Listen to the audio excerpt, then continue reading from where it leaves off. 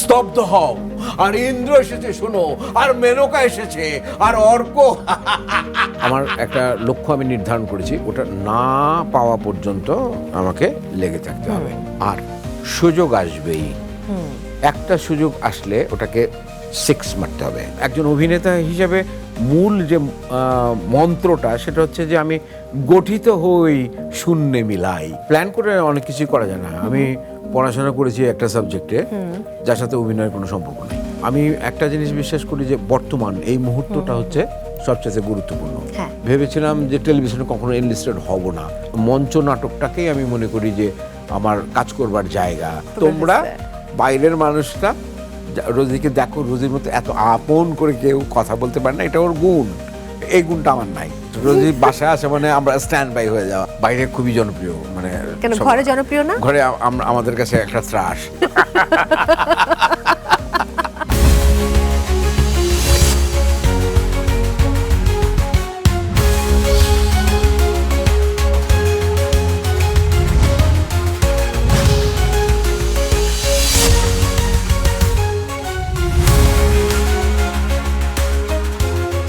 তার শিল্পযাত্রা যেন এক অনন্ত ড্রিম ফ্যাক্টরি, যেখানে প্রতিটি চরিত্র জন্ম নেয় নতুন আলোয়। কখনো তিনি অন্ধকারের ভেতর জোনাকি জ্বলে ওঠার মতো আশার আলো, কখনো সমাজের গভীরে লুকিয়ে থাকা চোরাবালি স্পর্শ করা এক সাহসী শিল্পী। জীবনের নানান 0 পয়েন্ট পেরিয়ে তিনি আজ এমন এক উচ্চতায় পৌঁছে গেছেন যেখানে শিল্পই তার একমাত্র পরিচয়। তার অভিনয়ে আমরা কখনো দেখেছি চন্দ্রগ্রহণের বিষণ্ণতা, কখনো মেঘমল্লারের সুরেলা আবেগ, কখনো মানুষের অজ্ঞাতনামা গল্পগুলো তার অভিনয়ের মাধ্যমে আমাদের পরাণ ছুঁয়েছে। কখনো সেই গল্পগুলোই প্রবেশ করেছে জীবনের অন্ধকার সুড়ঙ্গ পেরিয়ে ভালোবাসার আলোর দিকে। হ্যাঁ দর্শক, যার কথা বলছি তিনি একজন অভিনেতা, নির্মাতা। শিল্পের সাথে যার বর্ণাঢ্যময় যাত্রা কখনো রংছুট হয় না। তিনি একাধিকবার রাষ্ট্রীয় সম্মাননায় ভূষিত শহীদুজ্জামান সেলিম।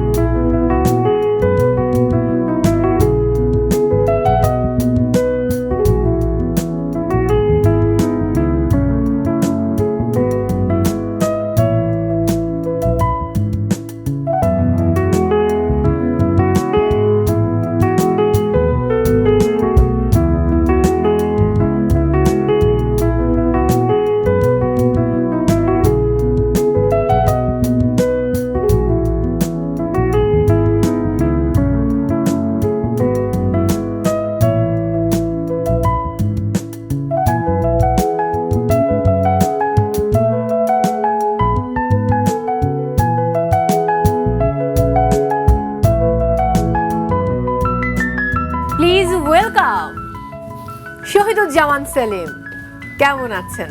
হ্যালো, কেমন আছো তুমি? খুব ভালো, প্লিজ বসুন। Thank you. তারপর বলো মৌ, কি অবস্থা?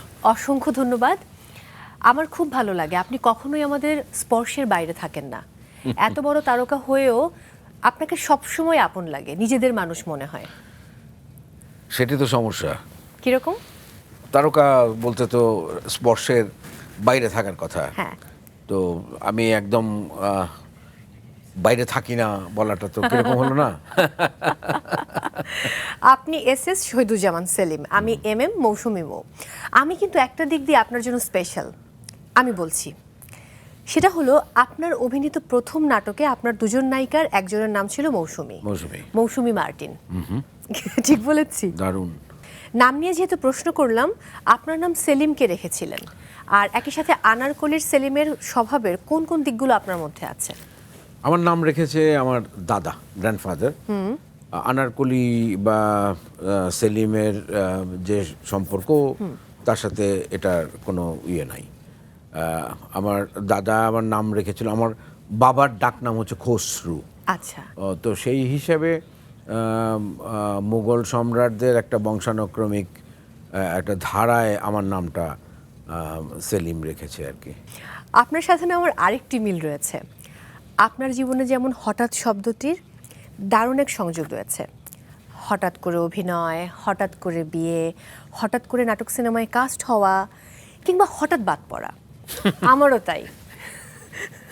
সে জায়গা থেকে আপনার কাছ থেকে আমি আজ মোটিভেশন নিতে চাই। মানে জীবনের নেতিবাচক সারপ্রাইজগুলো আপনি কিভাবে সামলেছেন? প্ল্যান করে অনেক কিছুই করা যায় না। আমি পড়াশোনা করেছি একটা সাবজেক্টে যার সাথে অভিনয়ের কোনো সম্পর্ক নেই। তো আমি একটা জিনিস বিশ্বাস করি যে বর্তমান এই মুহূর্তটা হচ্ছে সবচেয়ে গুরুত্বপূর্ণ। হ্যাঁ, আমি আজকে এই মুহূর্তে মোয়ের সামনে বসে আছি মাছরাঙ্গা টেলিভিশনের পর্দায়। এটা হচ্ছে আমার জীবনের সবচেয়ে গুরুত্বপূর্ণ মুহূর্ত এটা। এবং হঠাৎ করে কালকে আবার হঠাৎ করে অন্য একটা দিন হবে, অন্য একটা মুহূর্ত তৈরি হবে। হ্যাঁ। ওই মুহূর্তটাকে আবার নিজের মতো করে সাজিয়ে নেওয়াটাই হচ্ছে বুদ্ধিমানের কাজ। আর একজন অভিনেতা হিসেবে মূল যে মন্ত্রটা সেটা হচ্ছে যে আমি গঠিত হই শূন্যে মিলাই। এক একটা চরিত্রের জন্য এক এক রকমের গঠন এবং সেটা আবার শূন্যে মিলিয়ে যায়। তো এক একটা মুহূর্ত, এক একটা কাজ, সুযোগ পাওয়া বা সুযোগ হারানো, প্রত্যেকটাই দরকার আছে জীবনে এবং প্রত্যেকটা থেকেই শিক্ষার বিষয় আছে। একটা খুব ভালো একটা সুযোগ পাওয়াও যেমন একটা আনন্দের, সুযোগ হারানো এবং সেই সুযোগ হারানোর যে বেদনা সেটাকে নিজের মধ্যে রেখে দেয়া, হ্যাঁ, সেটা হলো পরবর্তী সময় অভিনয় অনেক কাজে লাগে। হ্যাঁ, এটা আবার আপনার সাথে আমি একমত। মানে দুঃখ পেতে খুব সহজ হয়। আজকে আমি আপনাকে স্টার নাইটে কেন আমন্ত্রণ জানিয়েছি জানেন? চারদিকে ওয়ার্ল্ড কাপ ফুটবল ঝড় বইছে, আর এই সময় আপনার যে ক্রেজি ফুটবল লাভার অন্য কাউকে আমার আর মনে পড়ছিল না। আপনি একসময় ব্রাজিল দলের সাপোর্টার ছিলেন, রোনালদো, রোনালদিনহো, নেইমারের ভক্ত ছিলেন। তবে 8ই জুলাই 2014 আমেরিকায় বসে আপনি চিরতরে ব্রাজিল দলের প্রতি ভালোবাসা তুলে নিয়েছিলেন। কেন, কি হয়েছিল? আমরা আমেরিকাতে ওই খেলাটা দেখেছিলাম একটা ওই ক্যাফেতে, যেখানে ফুটবল স্পোর্টস ক্লাব আর কি, ওইখানে বসে। তো আমার পুরো পরিবার আমরা সাথে ছিলাম এবং 7টা গোল খেয়েছিল জার্মানির কাছে ব্রাজিল। এবং আমার বাচ্চারা, ওরা ব্রাজিলের সাপোর্টার না, 2 মেয়ে, এবং রোজিও ব্রাজিলের সাপোর্টার না। কিন্তু সেই যে একটা লজ্জা যেটা পেয়েছিলাম, সেই লজ্জা এবং কষ্ট, দুঃখ, এই দুঃখে ব্রাজিলের কথা বলি। আর আমার সবচেয়ে গোল্ডেন টিম ব্রাজিলের সক্রেটিসরা যখন খেলতো ওই সময়টা। বাহ, দারুণ। এখন তো আপনি ফ্রান্সের সাপোর্টার, কি মনে হয় এবারের বিশ্বকাপে কোন দল জিতবে? ফ্রান্স অনেক দাবিদার, ফ্রান্স অনেক দাবিদার। আরও নতুন অনেকগুলো টিম যেগুলো এবার ওয়ার্ল্ড কাপে অনেক ভালো করছে, কোনোটাই আমার মনে হয় না যে খারাপ। নেদারল্যান্ডকে যেভাবে আটকে রাখে বা অন্যান্য ইউরোপিয়ান টিমকে যেভাবে আটকে রাখছে, বা বেলজিয়ামকে যেভাবে আটকে রাখছে নামহীন দলগুলো, ওয়ার্ল্ড কাপে যারা খেলে অবশ্যই একটা কোয়ালিফাই করে আসে, কিন্তু যাদের কথা মাথায় চিন্তাও নাই। তোমার কেপ ভার্দে বা কাবো ভের্দে, আমি এদের খেলাও আমি দেখেছি। কাউকে তো ইয়ে করা যাবে না, ছোট করা যাবে না। জাপান কত ভালো খেলছে, এশিয়ার টিম, ইরান ইয়েও ভালো খেলছে, দক্ষিণ কোরিয়াও অনেক ভালো খেলছে, অনেক ভালো খেলছে। একেবারেই তাই। পাকিস্তান আমলে বাবাই বোধহয় আপনাকে প্রথম স্টেডিয়ামে খেলা দেখতে নিয়ে গিয়েছিলেন যখন মহাবানন খেলতো। ইপিআইডিসি বলে একটা দল ছিল। ইপিআইডিসিতে, হ্যাঁ, ইপিআইডিসি। ইপিআইডিসিতে আমার বাবা ওই সময় চাকরি করতো। আচ্ছা, এবং অনেক বড় বড় ফুটবলার ইপিআইডিসিতে খেলতো, মহাবাননে খেলতো। তো এই যে প্রতিযোগিতা, ওই খেলার যতগুলা খেলা হতো প্রত্যেকটা খেলার পাস পেত আমার বাবা মান্থলি, বা সিজন পাস। তো ওইটা দিয়ে আমরা খেলা দেখতে চাম। তারপরে ইপিআইডিসির খেলার জন্য তো এটা প্রযোজ্য, কিন্তু ইপিআইডিসির খেলা যখন হতো না, অন্য খেলা হতো, তখনও কিন্তু আমি রেগুলার স্টেডিয়ামে খেলা দেখতাম। আমি রাজারবাগ পুলিশ লাইন থেকে পুলিশরা যে ডিউটিতে যায় স্টেডিয়ামে, আমি ওদের ট্রাকে করে আপনি যেতেন, চলে যেতাম এবং খেলা টেলা দেখে আবার পুলিশের ট্রাকে রাজারবাগ পর্যন্ত এসে তারপরে হেঁটে বাসায় যেতাম। এটা আমরা 2-3 জন করতাম আর কি, আমার বন্ধুরা। একবার নাকি ছোটবেলায় আপনার বাবা আপনার কানে ধরে 300 মিটার রাস্তা হাঁটিয়ে এনেছিলেন খেলা দেখার জন্য। কি হয়েছিল আসলে সেই খেলা দেখার জন্য? ওটা শীতকাল ছিল, তো সন্ধ্যা তো তাড়াতাড়ি হয়ে যায়। আচ্ছা। তো খেলাতে একটু দেরিও হয়েছিল। ওই সময় খেলাতে বেশ মারামারি হতো। মারামারি হলে কিছুক্ষণের জন্য খেলা বন্ধ থাকতো, কিন্তু খেলাটা যখন শেষ হলো তখন প্রায় মাগরিবের আজান দিয়ে দিয়েছে। তো ওই সময় ও সন্ধ্যা হয়ে গিয়েছিল, কিন্তু আমাদের কঠোর নিয়ম ছিল যে পড়াশোনা করবার জন্যে মাগরিবের আজানের পরে কখনোই বাইরে থাকা যাবে না। আচ্ছা। এবং আমি এটা কঠোর নিয়মের মধ্যেই ছিলাম। ওই দিন অনেক দেরি হয়ে গেছিল, যখন আমি বাসায় ফিরি তখন সন্ধ্যা হয়ে গেছে। তো আমার বাবা দেখি যে বাড়ি থেকে দূরে রাস্তায় হাঁটাহাঁটি করছে। তো যেই মুহূর্তে আমি এসেছি আমাকে দেখেছে এবং প্রকাশ্য রাস্তায় আমার কান ধরে আমাকে বাড়ি পর্যন্ত নিয়ে গিয়েছিল। এটা হচ্ছে খেলা দেখার শাস্তি ছিল আমার। হ্যাঁ। বাবার সঙ্গে কখনো খেলেছেন? হ্যাঁ, আমার বাবা আমাদের যে সমবয়স্ক যারা বন্ধুবান্ধব ছিলাম বা প্রতিবেশী ছিল তাদেরকে নিয়ে আমরা ফুটবল খেলতে যেতাম রমনা পার্কে। আচ্ছা। অনেক সময় মালিবাগ মোড় থেকে কাকরাইল পর্যন্ত বাসে করে যেয়ে তারপর আমরা রমনা পার্কে যেতাম, এবং আমার বাবাই নিয়ে যেত পুরো একটা দলকে, 8 জন 10 জন আমরা যাচ্ছি। অথবা অনেক সময় রাজারবাগ পুলিশ লাইনের মাঠে আব্বা তো বসে থাকতোই সারাক্ষণ, রেফারি হতো, অথবা আমাদের প্লেয়ারের যদি শর্ট হতো আব্বা গোলকিপার দাঁড়াতো। সো আমি বলছি যখন আমরা খেলতাম তখন গফুর বালুচ খেলতো। আচ্ছা। বা পিন্টু খেলতো মোহামেডানে। বাট আপনি কিন্তু এদেরকে দেখে 3rd ডিভিশনে ফুটবল খেলেছেন। আমি খেলেছি, আমি পায়োনিয়ার লিগও খেলেছি। তো ওই সময় স্বপ্ন ছিল স্টেডিয়ামের মাঠে ফুটবল খেলবো, স্টেডিয়ামে খেলবো। এবং আমি ইউনিভার্সিটিতেও ফুটবল খেলেছি, আন্তঃহল যে প্রতিযোগিতা সেটাতেও আমি খেলেছি, ইন্টার ইউনিভার্সিটিও খেলেছি, আমি ট্রায়ালেও আমি গিয়েছি। বাহ, আপনি কিন্তু ফুটবল, ক্রিকেট, ব্যাডমিন্টন, ভলিবল সবই খেলেছেন। এক সময় জাহাঙ্গীরনগর বিশ্ববিদ্যালয়ের মানে সহ ক্রীড়া সম্পাদক ছিলাম। জাহাঙ্গীরনগর বিশ্ববিদ্যালয়ে যখন যাই তখন আমি এত বড় খেলার মাঠ, এটা আমাকে খুব টানতো। বিকেল হলে 4টা বাজলেই আমি মাঠে চলে যেতাম। ফুটবলের সময় ফুটবল খেলতাম, ক্রিকেটের সময় ক্রিকেট খেলতাম, ও ভলিবলের সময় ভলিবল খেলতাম, বা ব্যাডমিন্টনের যখন টুর্নামেন্ট আসতো তখন ওখানে খেলতাম। মানে আমি বলতে চাচ্ছি যে এই খেলাগুলোর চর্চা আমি ছোটবেলা থেকে করে এসেছি, এবং খেলাধুলাটাই জীবনের সবচেয়ে প্রধান মনে হতো এক সময়। আরে বাহ, বাট অভিনয় তাহলে কবে প্রধান হয়ে উঠলো? আর বলো না, অভিনয় তো আমি ওই যে হঠাৎ করেই অভিনয় করতে আসা, আমি অভিনয় করব এটা কোনোদিন আমি ভাবিও নাই। আচ্ছা, এই গল্প তো আরও জানবো, যেহেতু আজকে অনেক প্রশ্ন করবো আপনাকে আমি, বাট আজ আমি আপনাকে নানা পর্যায়ে চমকে দিতে চাই। দুজন নির্মাতা আপনাকে নিয়ে কি বলেছেন সেটাই এখন জানাবো। চলুন পর্দায় চোখ রাখি।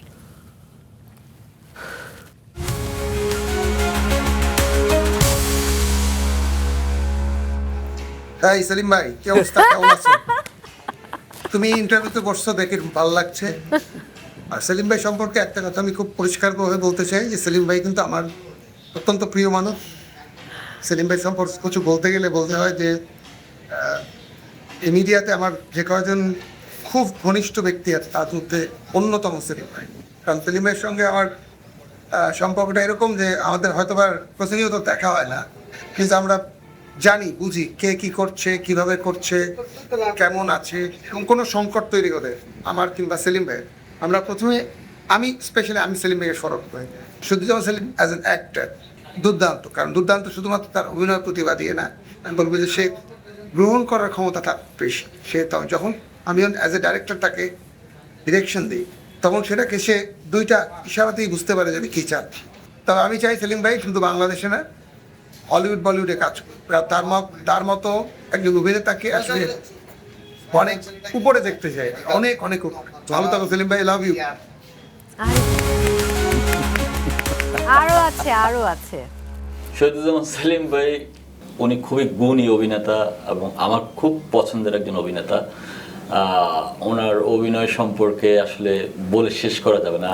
উনি প্রত্যেকটা চরিত্রের সাথে নিজেকে যেভাবে মিশে যায়, চরিত্রটাকে নিয়ে অনেক ভাবে পারি।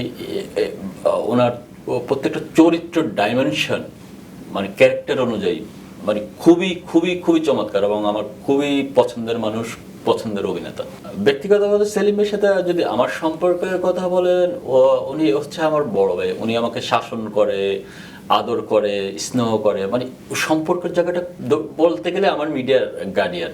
অনেক অনেক শুভকামনা সেলিম ভাই, অনেক ভালো থাকবেন, আপনার জন্য অনেক দোয়া, অনেক ভালোবাসা, আপনার জন্য মন থেকে দোয়া করি, আপনি ভালো থাকবেন। কি বলবেন? ওরা খুব ভালো, আমি ওদেরকে খুবই ভালোবাসি। অনিমেষের সাথে আমি কাজ করেছি, অনিমেষের কাজের আমি খুবই ভক্ত। বাংলাদেশের যত নাটকের পরিচালক আছে তার মধ্যে অনিমেষ ওই প্রজন্মে, পরের জন রিঙ্কুর আগের প্রজন্মে অনিমেষ হচ্ছে সবচাইতে কি বলবো আমার কাছে পছন্দের একজন আপনাদের ডিরেক্টর। একটি নাটক দেখেছিলাম কাটা। কাটা, হ্যাঁ, এটা ও পরিচালক ছিল। আমি ওটার জন্য মেরিল প্রথম আলো পুরস্কার পেয়েছিলাম। অনিমেষের অনেক কাজ আমি করেছি। আর রিসেন্টলি রিঙ্কুর আমি কিছু কাজ করি। রিঙ্কু হচ্ছে ট্রেন্ডি যে ডিরেক্টররা আছে, যাদের লক্ষ লক্ষ কোটি ভিউয়ের যে ডিরেক্টররা, তার মধ্যে ও হচ্ছে অন্যতম। ওর কাজ আমি খুব পছন্দ করি। ডিটেল কাজ করতে ভালোবাসে। ও কি যখন কাজের মধ্যে দুজনকেই বলছি, ওরা যখন কাজের মধ্যে থাকে তখন পৃথিবীর কোনো কিছু ওদেরকে স্পর্শ করে না। যে কোনোভাবে ওরা চায় ওদের কাজটাকে ভালো করতে। দুইজন দুই ঘরানার নির্মাতা। আমি এই দুজনকে নিজের সন্তানের মতো ভালোবাসি। বাহ, দারুণ দারুণ। অভিনয়ের প্রতি আপনার ভালোবাসাটা কি ছোটবেলায় সিনেমা দেখার কারণে? শুনেছি ছোটবেলায় স্কুল ড্রেস পরে আপনি মধুমিতা অভিসারে সিনেমা দেখতে যেতেন, বই নিয়ে। তা বই নিয়ে? হ্যাঁ, Oh তখন তো my আর God! ব্যাগের সিস্টেম হ্যাঁ, ছিল বই না। এরকম হাতে করে বই তারপরে, হাতে হ্যাঁ। করে আমরা নিয়ে যেতাম। আর একদম ছোট যখন ছিলাম তখন ওই বাবা লেদারের সুটকেস কিনে দিত ক্লাস 2, 3 এইগুলোর জন্য। তার পরবর্তী সময় যখন একটু বড় বড় হয়ে গেলাম তখন ওই বই নিয়ে। তো হ্যাঁ, আমি স্পেশালি 8, 9, 10 কিছু অংশ, হ্যাঁ, এই 3 বছর স্কুলের টিফিন পিরিয়ডের পরে স্কুল ফাঁকি দিয়ে আমি সিনেমা দেখতে চলে যেতাম। সেটা ম্যাটিনি শো হতো স্পেশালি। 3টা থেকে যে শোগুলো শুরু হয়, 2টার সময় বা 1:30টার সময় ব্রেক হতো, স্কুলের ব্রেক, টিফিন শুরু, আমি পালিয়ে চলে গেলাম আর কি বই নিয়ে। এবং এরকম আমাকে প্রশ্নও করতো। একটা ছোট ছেলে, 7, 8-এ পড়ি, 8-এ পড়ি, 9-এ পড়ি, স্কুল ড্রেস পরে আসছি। তো যারা দর্শক তারাও কিউরিয়াস থাকে যে তুমি স্কুল ফাঁকি দিয়ে আসছো, তাই না? তো বলতাম না, আজকে ছুটি হয়ে গেছে। কিন্তু আপনি ভীষণ মেধাবী শিক্ষার্থী ছিলেন, সবসময় ভালো রেজাল্ট করেছেন ম্যাট্রিকের পর থেকে। ম্যাট্রিকের পর থেকে। তবে আমি যতটুকু শুনেছি যে স্কুল জীবন থেকে স্কলারশিপ পাওয়ার কারণে না, বিনা স্কুল বেতনেই জীবনে আপনি সারা জীবন স্কুল জীবনে আমি করেছেন। স্কলারশিপ পাইনি। স্কুল জীবনে আমি যখন 71-এ ক্লাস 5-এ পড়ি তখন বৃত্তি পরীক্ষার প্রিপারেশন হচ্ছিল, কিন্তু পরে আর বৃত্তি পরীক্ষা দেওয়া হয়নি। 71-এ আমি ক্লাস 5-এ পড়তাম, ওই বৃত্তিটা হয়নি, কারণ আমি অটো প্রমোশন পেয়ে পরে 6-এ উঠে গেছি। ওটা আর হয়নি। 8-এ পেয়েছিলেন? না, এটা আমি তো খুবই খারাপ ছাত্র ছিলাম। আমি অঙ্ক একদম পারতাম না, আর পড়াশোনার প্রতি আমার কোনো মনোযোগই ছিল না। জোর করে বাবা আমাকে অঙ্কের টিচারের কাছে পাঠাতো, ওখানেও আমি ফাঁকি দিতাম।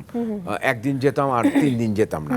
আর আমার বাড়িতে এসে কেউ অঙ্ক শেখাবে ওরকম টিচার আমাদের ছিল না। ওই স্কুলের এক টিচারের কাছে যেয়ে শিখবার কথা ছিল। তো আমি ক্লাস 8-এ 9-এ অঙ্কে আমি কখনোই পাসই করতাম না, ফেল করতাম অঙ্কে। অন্যগুলোতে যাই হোক পাস টাস করেছিলাম, কিন্তু ম্যাট্রিক পরীক্ষার সময় আমার স্কুলেরই টিচার, ওনারা আমাকে অঙ্ক শেখালেন। কালাম স্যার স্পেশালি, এনারা অঙ্ক শেখালেন এবং আমি অঙ্কে এমন পাকা হলাম যে ওই ম্যাট্রিকের যে সিলেবাস তার মধ্যে এমন কোনো অঙ্ক নাই যেটা আমি পারি না। ওয়াও! সেটা পাটিগণিত হোক, সেটা বীজগণিত হোক, সেটা হোক, জিওমেট্রি হোক, মানে এমন কোনোটা নাই আমি পারি না। ওই উদাহরণ থেকে শুরু করে, এক্সাম্পল হিসেবে অঙ্ক থাকতো না, এইগুলো থেকে শুরু করে যে কোনো অঙ্ক আমি পারতাম। তা যাই হোক, মানে আমি ম্যাট্রিকের পর থেকে আমি বোর্ডের স্কলারশিপ পেয়েছি। ইন্টারমিডিয়েটও আমি পেয়েছি। ইন্টারমিডিয়েট ঢাকা কলেজে আমি পড়েছি, সুতরাং ওখানেও ভালো টিচাররা ছিল, ভালো কোচিং ছিল। কোচিং মানে তো ওই রকম না যে আজকাল যেরকম কোচিং করে সেরকম। স্কুলে পরীক্ষার আগে 2 মাসের একটা কোচিং হতো। ফাইনাল পরীক্ষা মানে টেস্ট পরীক্ষা যেটাকে বলে স্কুলে, ওই টেস্টের পরে 2 মাসের একটা যে পিরিয়ড থাকে, ওই সময়টা স্কুল থেকে অ্যারেঞ্জ করতো কোচিংয়ের। ওটার জন্য আলাদা ফি দিতে হতো না, নাথিং, কিছুই না। আচ্ছা। যাতে স্কুলের রেজাল্ট ভালো হয়। আমি আইডল স্কুলের ছাত্র, ওইখানে ধরা বাঁধা কিছু নিয়ম কানুনের মধ্যে আমাদের বড় হতে হয়েছে। রুম্মানও ওখানকার ছাত্র, রুম্মানও খুব ভালো করে জানে বিষয়টা। আর পরবর্তী সময়ে ঢাকা কলেজে কোচিং বা এগুলো আমাদের করতে হতো না, কোচিং করে পড়তে হয় এটা আমরা কখনোই করিনি। তো আমি ইন্টারমিডিয়েট স্কলারশিপ পেয়েছি এবং আমি জাহাঙ্গীরনগর বিশ্ববিদ্যালয়ে যে ভর্তি পরীক্ষা দিয়েছি সেখানেও ডিপিআই স্কলারশিপ পেয়েছি। ওই আরে ভর্তি বাহ। পরীক্ষার উপরে ডিপেন্ড করে, দারুণ, সেখানেও দারুণ। আমি গভর্নমেন্টের টাকা পেয়েছি, বোর্ডের টাকা পেয়েছি। তো আমি বলতে চাচ্ছি যে একটা ছাত্র যে সবসময়ই ভালো থাকবে তারও ঠিক নাই, আবার সবসময় খারাপ থাকবে তারও ঠিক নেই। এটা আমি আমার জীবন থেকে, আমি ক্লাস 5 পর্যন্ত কিন্তু স্কুলে আমার রোল নাম্বার 1 বা 2 থাকতো। হ্যাঁ, কিন্তু ফাঁকিবাজ হয়ে গিয়েছিলেন হাই স্কুলে উঠে বোধহয়। না, ওটা হচ্ছে কি স্বাধীনতা সংগ্রামটা দেখেছি। Okay. স্বাধীনতা মানে গ্রহণ করবার চেষ্টা করেছি, চর্চা করার চেষ্টা করেছি। পরবর্তী সময় যখন আমি স্কুলে 6-এ বা 7-এ পড়ি তখন আমাকে নিজের অনেক বড় মনে হতো বা বোধ হতো যে আমি বড় হয়ে গেছি। তো তখন ওই পড়াশোনাটায় ফাঁকি দিয়ে রাতের বেলা দেখা গেল যে টিলোস প্রেস খেলতে বাইরে চলে গেলাম, বা রাতের বেলা খেলাধুলা করা শুরু করলাম। বাবা মা বলতো আমার তো পড়া শেষ হয়ে গেছে, হ্যাঁ 9টার মধ্যে বা 8টার মধ্যে পড়া শেষ, আবার আমরা পাড়ার পোলাপান মিলে খেলা শুরু করে দিলাম। আচ্ছা। তো এই জাতীয় কাজ করেছি, এগুলো খুবই খারাপ ছিল। অনেক গল্প হচ্ছে, কিন্তু এই পর্যায়ে আমি একটা কফি ব্রেক নিতে চাই। চা নাকি coffee? Coffee. With sugar, no. Without sugar and black coffee? Black coffee. That's fine. প্রিয় দর্শক, সময় হয়েছে বিরতি নেবার। আপনারা দেখছেন মেরিল সিরাম সোববার নিবেদিত স্টার নাইট। ফিরছি এক্ষুনি, সাথে থাকুন।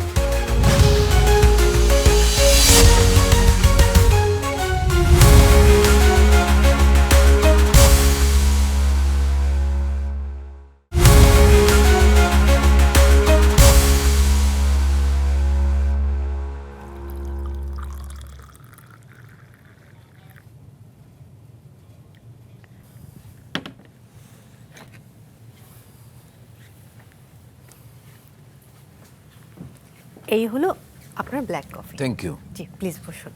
আমি জানি না কেমন হয়েছে, আগে টেস্ট করুন তারপর বলুন যে কেমন হলো। ঠিকঠাক। That's good. প্রিয় দর্শক, ফিরে এলাম ব্রেক থেকে। সবাইকে আরও একবার আমন্ত্রণ মেরিল সিরাম সোববার নিবেদিত স্টার নাইটে। সঙ্গে আছি মৌ, আর আজ আমার অতিথি অভিনয়ের মহাসাগর শহীদুজ্জামান সেলিম। সাগর থেকে নুড়ি, পাথর, জলকণা সব কিছু নিচ্ছি আজ। আমি প্রায় অনুপ্রাণিত হই। একটা সময় 7-8 বছর ধরে ধৈর্যের সঙ্গে লেগে থাকার পর আপনি ঢাকা থিয়েটারে মৌলিক চরিত্র করার সুযোগ পেয়েছিলেন। সেই অপেক্ষার সময়গুলো, সংগ্রামের দিনগুলো আপনাকে কি শিক্ষা দিয়েছিল? দুটো জিনিস শিক্ষা দিয়েছে। কি কি? একটা হচ্ছে আমার টার্গেটে অবিচল থাকা। তার মানে আমার একটা লক্ষ্য আমি নির্ধারণ করেছি, ওটা না পাওয়া পর্যন্ত আমাকে লেগে থাকতে হবে। আর সুযোগ আসবেই, একটা সুযোগ আসলে ওটাকে 6 মারতে হবে, 6 অথবা 4। আমি 6 মারার টেন্ডেন্সিতে ছিলাম, বা হ্যাঁ, tendency তো আমি ছিল। মারতে পেরেছিলাম। বাহ, দারুণ। তো সবই তো মৌ তোমরা জানো দেখছি, তাহলে আর আমাদের তো শুধু ইন্টারভিউ জানতে করে হয়। লাভটা কি? একবার নাকি সব পুরা- তোমরা বলে দিচ্ছ তো। একবার নাকি প্রয়াত অভিনেতা আবুল খায়েরের ওপর খুব জেদ করে নিজের কাছে কিছু প্রতিজ্ঞা করেছিলেন। সেই গল্পটা একটু শুনতে চাই আজকে। খায়ের ভাই আমার অত্যন্ত পছন্দের মানুষ ছিলেন, চলে গেছেন। তার প্রতি শ্রদ্ধা। তো তারপরে বলি একটু খায়ের ভাইয়ের উপরে রাগ করেই আমি টেলিভিশনে এনলিস্টেড হয়েছিলাম। ঘটনাটা হলো একটা চলচ্চিত্র নিয়ে, তখন ওই মুক্ত চলচ্চিত্র নির্মাণ শুরু হয়েছে, আর্ট ফিল্ম ঘরানার কিছু ছবি। তো একটা ছবি পরিচালক হচ্ছে বুলবুল চৌধুরী, ওনারই লেখা। উনি টুকা কাহিনী নামে একটা বিখ্যাত উপন্যাস উনি লিখেছিলেন। ওনার চন্দ্রবরণ ওনার ছবিটার নাম। এই ছবির মেইন যে চরিত্র এটা করবার কথা ছিল ফরিদি ভাইয়ের, হুমায়ুন ফরিদি। তো উনি রাজি ছিলেন, সবই ঠিকঠাক, কিন্তু ওই সময় ফরিদি ভাইয়ের সিনেমাতে উনি কেবল ঢুকছেন কমার্শিয়াল ছবিতে। নিয়ামত ভাইয়ের একটা ছবি করেছিলেন উনি, ছবিটার নাম ভুলে গেছি, কিন্তু ভালো ছবি, ববিতা ছিলেন নায়িকা। আর পরবর্তী সময় শহীদুল ইসলাম খোকনের সাথে কাজ করা অলরেডি শুরু করেছেন, একটা দুটো ছবি অলরেডি করেছে ফরিদি ভাই। তো তখন এরকম একটি চলচ্চিত্রের সাথে কথা দেওয়ার পরেও ফরিদি ভাই চাচ্ছিল না এরকম একটি স্বল্প দৈর্ঘ্যের একটি আর্ট ফিল্ম টাইপের ছবি করতে, নন প্রফেশনাল।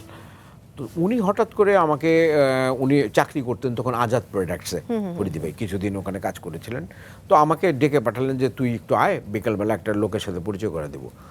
এবং যে ভদ্রলোকের সাথে পরিচয় হলো ওনার নাম বুলবুল চৌধুরী। এবং বুলবুল চৌধুরী ফরিদি ভাই কথাটা বলবার আগ মুহূর্ত পর্যন্ত কিছুই জানতো না, আচ্ছা, আমিও জানতাম না।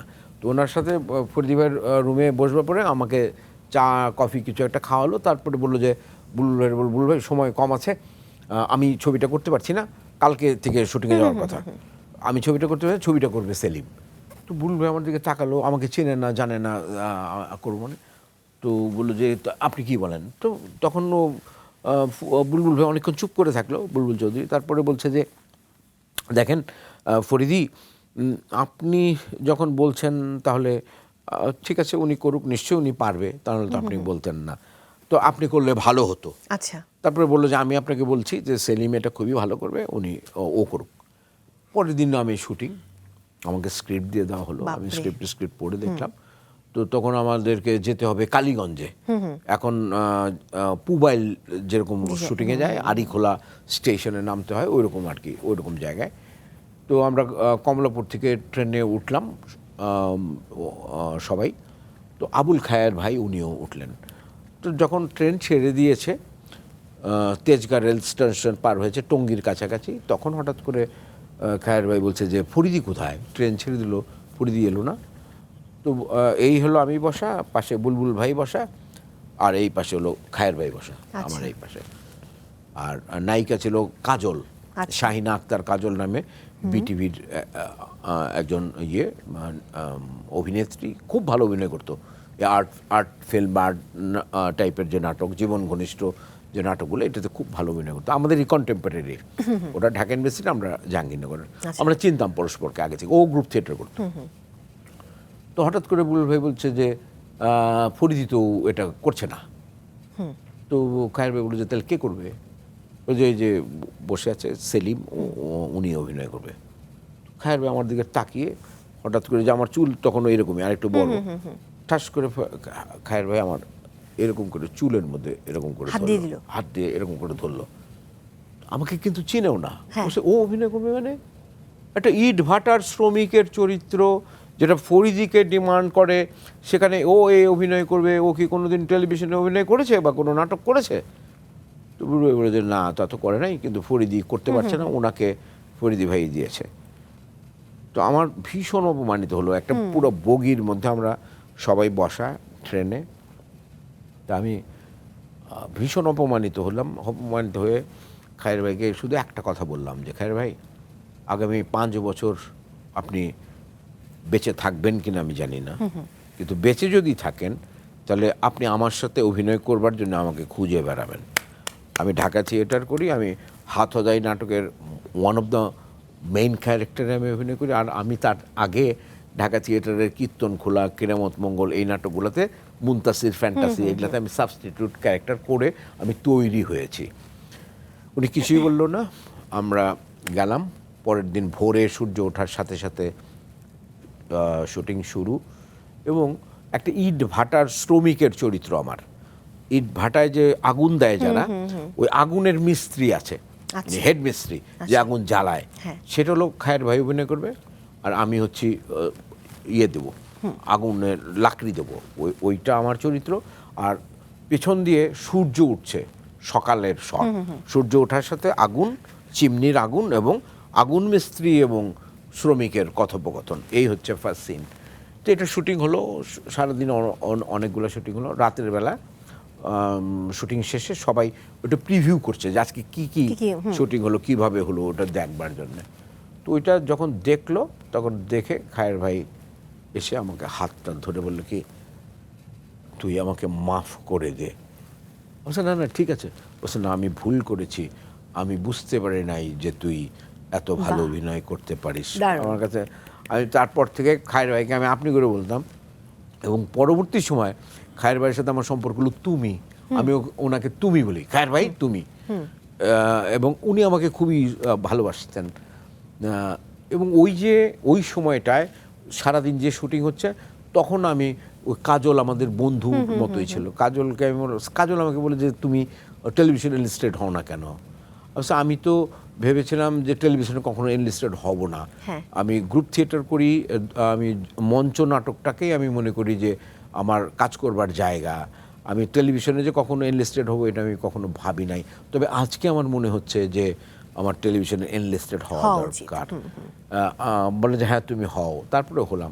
তার আগে আরেকটা ঘটনা আছে, আরেকটা ছবি এরকম আরও একজন পরিচালক এরকম একটি কাণ্ড করেছিল, নদীর নাম মধুমতি ছবির নাম। তো আমাকে ক্যাস্ট করেছে, এটা আরেকটু আগেকার ঘটনা। আচ্ছা। তো তখন দুদিন পরে শুটিং, আমি চাকরি করি একটা মাল্টি ন্যাশনাল কোম্পানিতে, তখন ফাইজার ল্যাবরেটরিজে আমি কাজ করি। তো আমি ছুটিও নিয়ে নিয়েছি। যেদিন শুটিং তার একদিন আগে উনি তড়িঘড়ি করে বাড়িতে এলো, এসে বলছে যে সেলিম আমরা আপনাকে ছবিটাতে নিতে পারছি না। তার আগে কিন্তু স্ক্রিন টেস্ট হয়ে গেছে, রিহার্সেল হয়ে গেছে, কস্টিউম কি হবে না হবে এগুলো সব কিছু ঠিকঠাক হয়ে গেছে। আমি বললাম যে কেন, আমি তো ছুটি নিয়েছি। বলে যে আমার যে প্রডিউসার আছে সে তো আপনাকে চিনতে পারছে না, চেনে না, উনি চাচ্ছে একটু পরিচিত মুখ কেউ এই ছবিটাতে অভিনয় করুক, সেই জন্য আমরা নিতে পারছি না। আচ্ছা, ওইটাও একটা কষ্ট ছিল, আর এটা একটা বড় কষ্ট। তারপরেই আমি 2 বা 3 মাসের মধ্যে বোধহয় বাংলাদেশ টেলিভিশনে অডিশন হলো, আমি সেই এনলিস্টেড হলেন। আমি এমনটাও শুনেছি যে একবার নাকি প্রয়াত কথা সাহিত্যিক হুমায়ুন আহমেদের ধারাবাহিক অয়ময়ে কাজ করার পথ তৈরি হয়েছিল, কিন্তু শেষ পর্যন্ত একটা ফোনালাপের কারণে সেটি আর সম্ভব হয়নি। হুমায়ুন সাহেব সম্পর্কে কোনো কথা বলতে গেলে খুব সমালোচিত হতে হয়, কিন্তু যারা সমালোচনা করে, যারা হুমায়ুন আহমেদের অনেক ভক্ত নিজেদেরকে দেখায় বা জাহির করে, ওরা কিন্তু হুমায়ুন আহমেদের কোনো ভালো বই পড়ে নাই। ওরা হলো হিমু আর পড়েছে, মিসির আলী, তাছাড়া আর কিছুই পড়ে নাই। কিন্তু আমি কিন্তু হুমায়ুন আহমেদের অলমোস্ট অল বই পড়া আছে আমার। ওনার বড় বড় ভালো ভালো উপন্যাসগুলো পড়া আছে। উনি ছোট গল্পের একজন জাদুকর, ওনার ছোট গল্পগুলো আমার পড়া আছে। কিন্তু আমি এই যে এখন যে উত্তরটা দেবো, এটা হুমায়ুন ভক্তরা আমার পিছনে কিন্তু লাগবে। একবার এই কথাটা বলেছিলাম যে আমি ওনাকে মানা করেছিলাম যে আমি আপনার কাজ করব না, এবং কোথায় কেউ নেই থেকে বেরিয়ে এসেছিলাম যে আমি এরকম 1 সিন 2 সিনের পাঠ আমি করি না।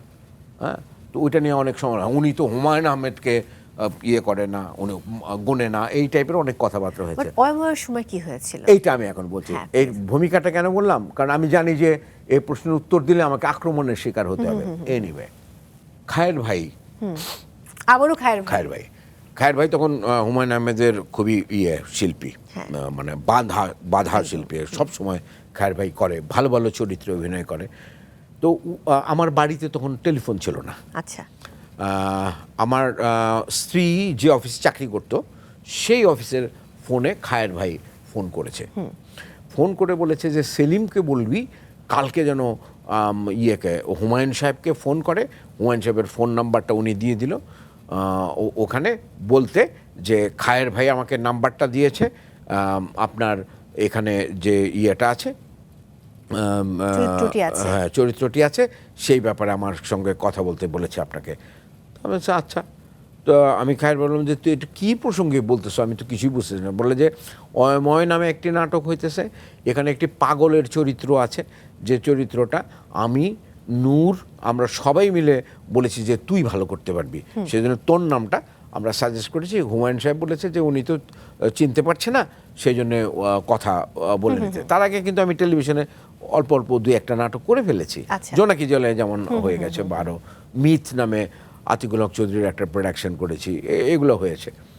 তো আমি পরদিন যথারীতি ওনাকে ফোন করলাম। ফোন করার পরে উনি আমাকে বললো যে ও আচ্ছা ভালো, হ্যাঁ খায়ের ভাই বলেছিল আপনার কথা। তো আপনি কি কাজ করেছেন? আমি তো স্টেজে কাজ করি বেসিক্যালি, আপনার অভিনয় তো আমি দেখি নাই। আমার অভিনয় দেখতে হলে তো আপনাকে স্টেজে আসতে হবে। কেন আপনি টেলিভিশনে কোনো কাজ করেন না? আমি করেছি। সেটা আপনি কি দেখাতে পারবেন যে কি করেছেন? মানে উনি বলতে চাচ্ছে যে VHS ক্যাসেটে অনেকে নাটক রেকর্ড করে রাখে, তো ওইগুলো ওনাকে দেখালে উনি দেখে আমাকে কাজ করবে। আমি বলছি, শোনেন, আমি আমার অভিনয় দেখতে হলে আপনাকে স্টেজে আসতে হবে। আমি ঢাকা থিয়েটারে কাজ করি, এই নাটকে কাজ করি, আর আমি আপনাকে VHS ক্যাসেট দেখিয়ে আপনার কাছ থেকে আমি পার্ট নেব, ওইটা আমি না। Thank you very much. আমার আপনি একটু হুমায়ুন আহমেদকে বললেন? জি জি জি জি আমার তারপরে কি কাজ হলো? আমার কাজ করতে হবে না আপনার ওই নাটকে। পরে বিকালবেলা খায়ের ভাইকে আমিই ফোন করছি যে খায়ের ভাই হ্যাঁ হ্যাঁ বল, কি বলছে বল বল। তাই বললাম যে এই কথা হয়েছে। উনি আমাকে দেখাতে বলে যে আমার পরীক্ষা দিতে বলে যে আমি কি অভিনয় করে ওনাকে দেখাতে হবে, তারপরে উনি আমাকে চরিত্র দেবে। আমি বলছি, আমার দরকার নেই এরকম। আচ্ছা ঠিক আছে, বাদ দে বলে উনিও গেল। হ্যাঁ, এইটাই ছিল ঘটনা। পরবর্তীতে আর কাজ করা হয়েছিল আপনাদের ওই যে একসাথে? তার পরবর্তীতে আমাকে যখন ইয়েতে কোথাও কেউ নেই। 93-তে কোথাও কেউ নেই যখন হয়, কোথাও কেউ নেই সময় বরকত ভাই ছিল এটার পরিচালক বা প্রডিউসার বলা হয়তো বিটিভিতে এইটাকে। তো উনি আমাকে ওনার 2 অ্যাসিস্ট্যান্ট দিয়ে ধরে নিয়ে গিয়েছিল। কেন ধরে নিয়ে গেছিল তারও কারণ আছে। এই যে চরিত্রটা আমি করেছিলাম এটা কিন্তু আগে রেকর্ড করেছিল একবার, শুটিং হয়েছিল, এবং যে অভিনেতাটি করেছিলেন ওনার অভিনয় ওনার কিছুতেই পছন্দ হচ্ছিল না। বরকত ভাইরেও হচ্ছিল না, হুমায়ুন সাহেবেরও হচ্ছিল না। ওনারা এই চরিত্রটা বাদ দিয়েছে, দিয়ে বলেছে এটাকে রিশুট করতে হবে। রিশুটের মধ্যে যখন আমাকে বলছে যে তুমি একটু আসো, বরকত ভাই বলছে, তা আমি বলছি জি বলেন। তো বলে যে বরকত ভাই বলছে যে তুমি হুমায়ুন আহমেদের এরকম একটা সিরিজ হচ্ছে, তুমি এটাতে অভিনয় করো। আমি বলছি, আমি হুমায়ুন আহমেদের কাজ করবো না। তুমি হুমায়ুন আহমেদের কাজ করবে না? আমি বলছি, না করবো না। কয় যে কেন করবে না? আমি বলছি, কারণ আছে অনেক আছে, দরকার নেই। বলছে, তারপর আমাকে খুব ইমোশনালি বরকত ভাই ব্ল্যাকমেল করেছে, অনেক কষ্টের কথা বলেছে, অনেক দুঃখের কথা বলেছে। আমার জীবনে একটা ভয়াবহ দুঃসময় এবং দুঃখ, সেই সময় দুঃখের মধ্য দিয়ে আমি যাচ্ছিলাম। তো সেইটাকে উনি অনেক রিলেট করেছে। রিলেট করার পরে আমি রাজি হয়েছি যে আমি করব, এবং আমি পরবর্তী সময় তার ওই কাজটা করেছিলাম। কিন্তু ওই কাজটাও আমার সঠিকভাবে আমি সম্পন্ন করতে পারিনি। মাঝপথে আমি ইয়ে করেছি, আমি বলেছি যে আমি অ্যাকচুয়ালি এই ছোট ছোট একটা 1 ঘন্টার এপিসোডে আমার 2-3টা সিন থাকে, এটাতে আমার ভাল লাগছে না। অনেক বড় বড় অভিনেতা আছে বা ছিল ওটার মধ্যে, সুবর্ণা ছিল, নূর ভাই ছিল, বা আরও অনেকেই ছিল। আমি বলেছি যে এটা আমার ভালো লাগছে না, আপনি আমাকে রিলিজ করে দেন। রিলিজ মানে হচ্ছে বিটিভিতে সিস্টেম হলো একটা ধারাবাহিক নাটকে ঢুকলে তাকে স্টক করে ফেলে। আচ্ছা, তখন আমি চাইলেই আর ওই 1 ঘন্টার যে নাটকগুলো হয় বা সাপ্তাহিক নাটকগুলো হয় ওগুলাতে আমি আর করতে পারবো না, স্টক হয়ে গেছে আমি। তো স্টক থেকে আমাকে রিলিজ করলে আমি ওইগুলো করতে পারি। তখন উনি বললো যে আপনি করতে পারবেন না। আচ্ছা ঠিক আছে, আমাকে 2টা সপ্তাহ সময় দেন, মানে আরও 2টা এপিসোড সময় দিতাম। সো ওয়েল ফাইন, আমি অন্য নাটকগুলো করব। তারপরে উনি 2 সপ্তাহ পরে উনি আমার ক্যারেক্টারটাকে ইয়ে করে দিল, তারপরে আমি অন্য নাটক করা শুরু করি। তারপর আর কখনো আপনি হুমায়ুন আহমেদের সাথে কাজ করেননি? না, হুমায়ুন আহমেদের স্ক্রিপ্ট করেছি, কিন্তু উনি উপস্থিত আছেন বা ওরকম কোনো কিছুতে আমি আচ্ছা, এবার আপনার সহ অভিনেত্রীরা আপনার সম্পর্কে দারুণ কিছু বলেছেন। চলুন পর্দায় চোখ রাখি।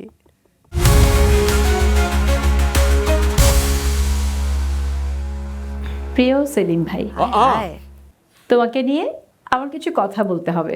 আচ্ছা বলো তো, আমাদের এই 35 বছরের পথ চলা 2-3 মিনিটে কি বলা সম্ভব? একদম না। আমি মনে করি যে আমার অভিনয় জীবনের একটা বড় সার্থকতা একটা লম্বা সময় তোমার সাথে কাজ করতে পারা। সেই যে 90 সালে আমরা প্রথম কাজ করেছিলাম 0 পয়েন্ট। আব্দুল্লাহ মামুন আর রিয়াজউদ্দিন বাদশার 0 পয়েন্ট নাটকে, যেখানে আমি ছিলাম একটা মন্ত্রীর মেয়ে আর তুমি ছিলে আমার ছোট চাচা, আর মন্ত্রী ছিলেন Ali Zaker. 26 December on air হয়েছিল। একটা বিরতি 92 7 ডিসেম্বর তোমার সাথে আমার পথ চলা শুরু হলো খুবই চমৎকারভাবে। হুমায়ুন আহমেদের কোথাও কেউ নেই, আর ঠিক তার পরপরই সেলিম আল দীনের ছায়া শিকারী, 2 দিকপালের 2 ধারাবাহিক। অনেক সৌভাগ্যবান ছিলাম আমরা, বলো। আর বকুলার ডাক্তার তো সব সময়কার জন্য ভীষণই জনপ্রিয়, বলো। আনন্দ বলো, সবটাই।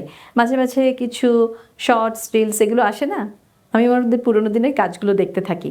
সেই যে আমরা একসাথে গিয়াসউদ্দিন সেলিমের প্রথম কাজ করলাম পৌনঃপুনিক, পৌনঃপুনিক, হ্যাঁ হ্যাঁ, এটা ইউটিউবে পাওয়া যায় কিন্তু অর্ধেকটা, বাকি অর্ধেকটা কোথায় যেন হারিয়ে গেছে। দারুণ দারুণ দারুণ। তারপর সেলিমের প্রথম ডিরেকশন হাউসওয়াইফ, যেটা আমি মনে করি যে একটা ল্যান্ডমার্ক কাজ তোমার আর আমার। কি দুর্দান্ত আন্ডারস্ট্যান্ডিং, কি দুর্দান্ত কেমিস্ট্রি তোমার আর আমার। আমি সবসময় মনে করি জানো যে তোমার সাথে আমার পর্দার রসায়নটা খুবই চমৎকার, এবং তোমাকে লোকেরা একটু কঠিন মনে করে। আমিও মাঝে মাঝে ভাবতাম যে তুমি বোধহয় একটু কঠিন প্রকৃতির। আমিও। কিন্তু জানো আজকে না এই এত বছরের স্মৃতি নিয়ে ভাবতে বসে কি মনে হলো, তুমি মানুষটা আসলে অনেক কোমল, খুব ভেতরে, যেটা নাগাল হয়তো সবাই পায় না। তো তোমার স্নেহধন্য হতে পেরেছি, সেটা আমি আসলে খুবই একটা বড় পাওয়া মনে করি আমার জীবনের। সব মিলিয়ে জীবনটা কিন্তু আমার মনে হয় মন্দ কাটেনি আমাদের, তাই না?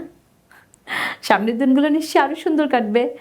আমি তো তোমার জন্য এই দোয়া করি যে তুমি সবসময় সুস্থ থাকো, অনেক সুন্দর সুন্দর কাজ করো, আরও সব জটিল জটিল চরিত্র করো, অনেক কঠিন কঠিন চরিত্র, যেখানে আসলে তোমার অভিনয়ে দেখতে একটা যে আনন্দ পাই, সে আনন্দটা আরও ভরপুর হবে।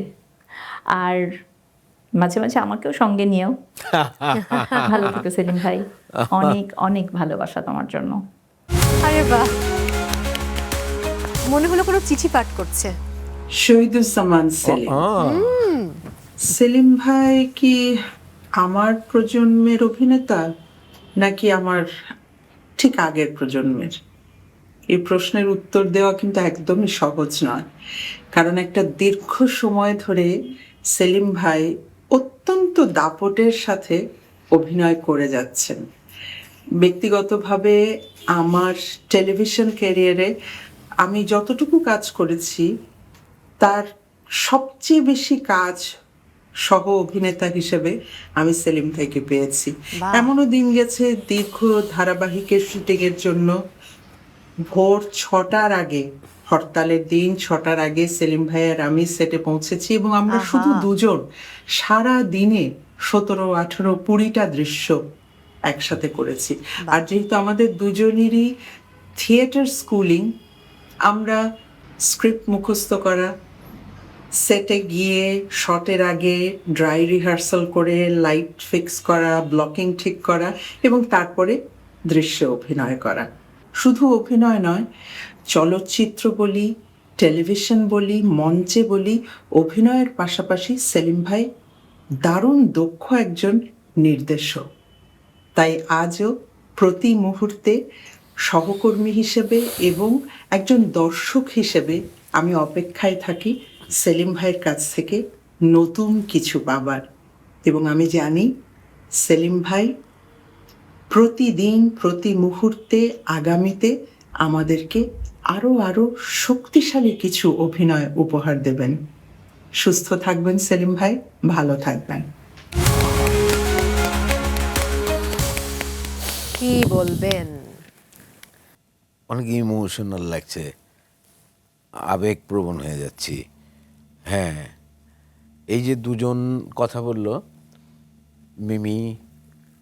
মিমির সাথে আমি সর্বাধিক জুটি অভিনয় করেছি। অনেক অন্যরকম একটা সম্পর্ক আমাদের। এই সম্পর্কের মধ্যে অধিকার প্রকটভাবে ছিল। অনেক ভালো ভালো নাটকে আমরা কাজ করেছি। রিয়াজউদ্দিন বাদশা বা পরবর্তী সময় আব্দুল্লাল মামুন। আর মিমি হাউসওয়াইফের কথা মনে পড়ছে। হাউসওয়াইফ গিয়াসউদ্দিন সেলিমের, তারপরে ইসের কাউসার চৌধুরীর একটা পৌনঃপুনিকের কথা বললো। ওর মেমোরি অনেক ভালো, এবং ও অনেক ভালো একজন নির্দেশক। ওর নির্দেশনা আবার আমি কাজ করেছি গৃহগল্প, 3.5 তলা, এবং একদম শেষে দক্ষিণায়নের দিন, শওকত আলী স্যারের লেখা।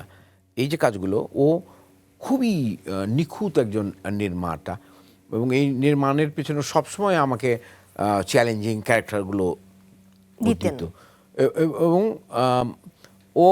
ওকে আমি বলতাম যে চল তুইও কর অভিনয়, ও হ্যাঁ হ্যাঁ হ্যাঁ সেলিম ভাই করবো করবো, পরে দেখা গেলো যে ও করলো না, আরেকজনকে দিল। তো এটা নিয়ে আমাদের হতো যে তুই করলে কি হতো, আর তুই আরেকজনকে দিলি, এটা সেটা। তারাও ভালো অভিনেতা অভিনেত্রী এরকম হতো। আর ত্রপা যেটা বললো, ত্রপার সাথে আমি উল্লেখযোগ্য কাজ করেছি আতিকুল হক চৌধুরী সাহেবের কাজ, আর হচ্ছে আব্দুল্লাল মামুনের কাজ।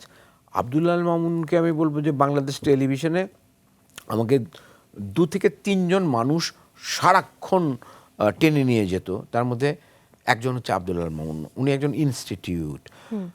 বাংলাদেশে এই যে ধারাবাহিক নাটক শুরু হয়েছে বা ডেইলি সোপ যেটাকে বলে, জোয়ার ভাটা দিয়ে সেটা শুরু হয়, এবং সেই জোয়ার ভাটার পরিচালক এবং লেখক কিন্তু আব্দুল্লাল মামুন। জোয়ার ভাটাতে ত্রপা আমার কো আর্টিস্ট ছিল, দিবা নার্গিসও ছিল, ত্রপাও ছিল। পরবর্তী সময়ে 0 পয়েন্টের কথা বললো হচ্ছে মিমি, আমার ভাতিজি হয়েছিল। 0 পয়েন্টের পরে আব্দুল্লাল মামুন টিভিতে এমন কোনো ভালো নাটক করে নাই যেটাতে আমি নাই। বাহ। আর মামুন ভাই বলতো যে এটা সব ক্যারেক্টার হয়ে গেল, সব ক্যারেক্টার হয়ে গেলো, যে হিরোর যে চরিত্রটা বা প্রধান যে চরিত্রটা, এটা কে করবে মামুন ভাই? কেন আমাদের সেলিম করবে, আমাদের সেলিম। আব্দুল্লাহ মামুন আমার বাবা থাকতো, ফেরদৌসী আপা আমার মা থাকতো, আমি ছেলে থাকতাম। এরকম প্রচুর নাটক আমরা জীবনে আপনি করেছি। নিজেও কিন্তু এক সময় নাটক ডিরেকশন দিয়েছিলেন, দিয়েছি তো। এবং টানা সেটা স্পর্শের বাইরে, রংছুট, লিহ আহ, কি দারুণ দারুণ নাটক।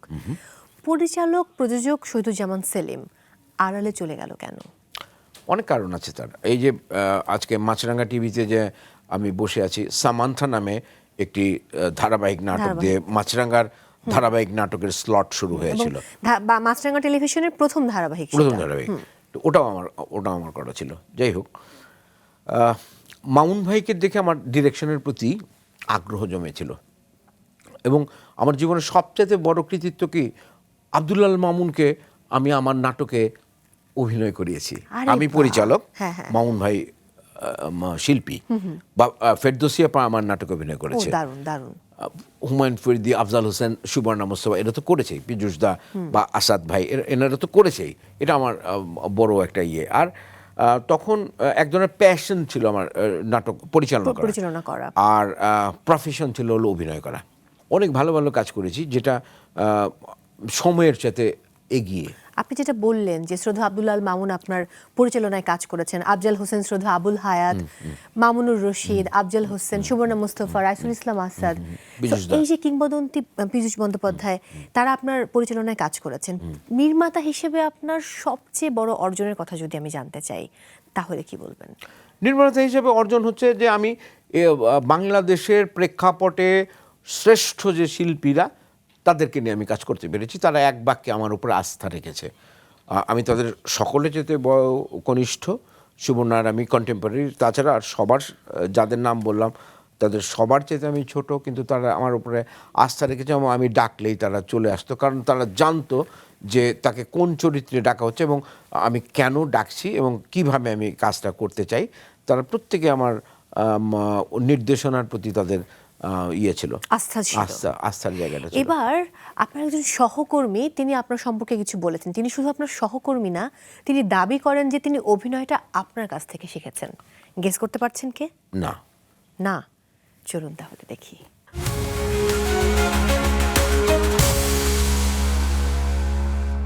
আজকে এমন একজন মানুষকে নিয়ে আমি কথা বলবো যার আমি অসম্ভব ভক্ত। ব্যক্তি শহীদুজ্জামান সেলিমের আমি ভক্ত, একজন শিক্ষক শহীদুজ্জামান সেলিমের আমি ভক্ত, একজন বড় ভাই মেন্টর শহীদুজ্জামান সেলিমের আমি ভক্ত, আর অভিনেতা সেলিমের তো ভক্ত বটে। সেলিম ভাইয়ের সাথে আমার অনেক রকমের সম্পর্ক, পারিবারিক, আমি তাকে আমার বড় ভাই, মেন্টর, বন্ধু, অনেক কিছু বলতে পারি। সেলিম ভাইয়ের সাথে কাজের অনেক অনেক অভিজ্ঞতা আমার। একটা দীর্ঘ সিরিয়াল আমি আর সেলিম ভাই একসাথে করেছি, যেখানে আমাদের দুজনের অসংখ্য মজার স্মৃতি। কিছু কথা নাই বললাম সেলিম ভাই, কি বলো, সব ফাঁস হয়ে যাবে, তাই না? এত বড় একজন মাপের অভিনেতা, আমার তার সাথে যখন কাজ করি কখনোই মনে হয় না যে এত বড় মাপের একজন মানুষের সাথে আমি অভিনয় করছি। আরেকটা কথা বলতে চাই যে সেলিম ভাইয়ের সুবাদে আমি অনেক ডিরেক্টরের সাথে কাজ করেছি, যে কাজগুলো আমার বেশ পছন্দের। আর অভিনেতা সেলিম ভাইয়ের কথা বলবো, তার যখন যে চরিত্রে তিনি অভিনয় করেন আমার মনে হয় এটা একদমই তার জন্য বানানো হয়েছে। একদম। তার সেটে মানে টাইমলি আসা এবং একদম প্রিপেয়ার্ড হয়ে স্ক্রিপ্ট পড়ে তার কন্টিনিউশনগুলো মেনটেন করা, এটা আসলেই সেলিম ভাইয়ের কাছ থেকে শেখার একটা জিনিস। আমাদের বেশিরভাগ সিনিয়রদের কাছ থেকে এটা শেখার একটা জিনিস। তোমার দীর্ঘায়ু কামনা করছি, তোমার সুস্থতা কামনা করছি। তুমি সারা জীবন যতদিন থাকবে, বেঁচে থাকবে, আমাদের মধ্যে এরকম আরও ভালো ভালো কাজ তুমি করে যাও, এটাই দোয়া করি। তোমার আনারকলি, ভালো থেকো। আমি এই কথাটা বলতে চাচ্ছিলাম যে আমার আনারকলি, আমি সেলিমের আনারকলি হচ্ছে মৌ। এটা আমাদের ও যে বলছে যে একটা নানান রকমের সম্পর্ক, এই সম্পর্কটা বিচিত্র একটি সম্পর্ক। মোর জন্মদিন গেল, আমি উইশ করছি, বলছে আমি আনারকলি। ও আমাকে বলে যে আমি আনারকলি তোমার। হ্যাঁ, আমি ওকে খুবই ভালোবাসি। ও আমার সাথে যে যে কাজগুলো করেছে তার মধ্যে ভালো ভালো ডিরেক্টর তো আছে, আর ইয়াং ডিরেক্টরদের মধ্যে ছিল হলো আলভি আহমেদ। আলভির বেশ কিছু ভালো নাটক আমরা করছি। বাতাসে মুক্তির ঘ্রাণ নামে একটা নাটক আছে, অসাধারণ একটি নাটক। ওর তো মৌ আর আমি কাজ করেছিলাম। মৌর সাথে আমার বেশ কিছু কাজ আছে, এবং মৌ আমার খুব পছন্দের একজন মানুষ। মৌর স্বভাবের সাথে আমার স্বভাবের কিছু মিল আছে। মৌ খুব ঠোঁটকাটা, আমিও খুব ঠোঁটকাটা, হ্যাঁ। স্ট্রেট ফরওয়ার্ড একজন মানুষ। মৌ ভালোবাসার মতো একজন মানুষ। মৌকে যারা চেনে তারা বলবে যে মৌ কি। মৌ সামটাইমস যে বাচ্চারা আছে, যারা ছোটরা আছে, তাদের কাছে যে ও দেবী তুল্য, এরকম একটা এরকম একটি ইমেজ নিয়ে ও চলে। এবং এত বছরের ক্যারিয়ার ও ধরে রেখেছে, এবং আমার খুব ভালো লাগে মৌর সঙ্গে কাজ করতে। জাহিদ আমার অত্যন্ত পছন্দের ছোট ভাই। ওর বাচ্চারা, মৌ কিছু হলেই মৌ, আর সবচেয়ে বড় ব্যাপার হলো রাশা আন্টি আমাকে ছেলের মতো জানতো। মৌর মা আমাকে ছেলে ছেলেই বলতো। সো অনেক ইমোশন, অনেক কিছু, অনেক আবেগ, অনেক কথা, সব কথা বলা যায় না। মৌ, তুমিও মৌ। আজ আপনাকে একটু ভিন্নভাবে আবিষ্কার করছি, তবে এবার অনুমতি দিলে আমি আরেকটা বিরতিতে যাব। খালি ভিডিও দেখাচ্ছ। সারপ্রাইজ। প্রিয় দর্শক, সময় হয়েছে আরো একটি বিরতি নেবার। আপনারা দেখছেন মেরিল সিরাম সোববার নিবেদিত স্টার নাইট। ফিরছি এক্ষুনি, সাথেই থাকুন।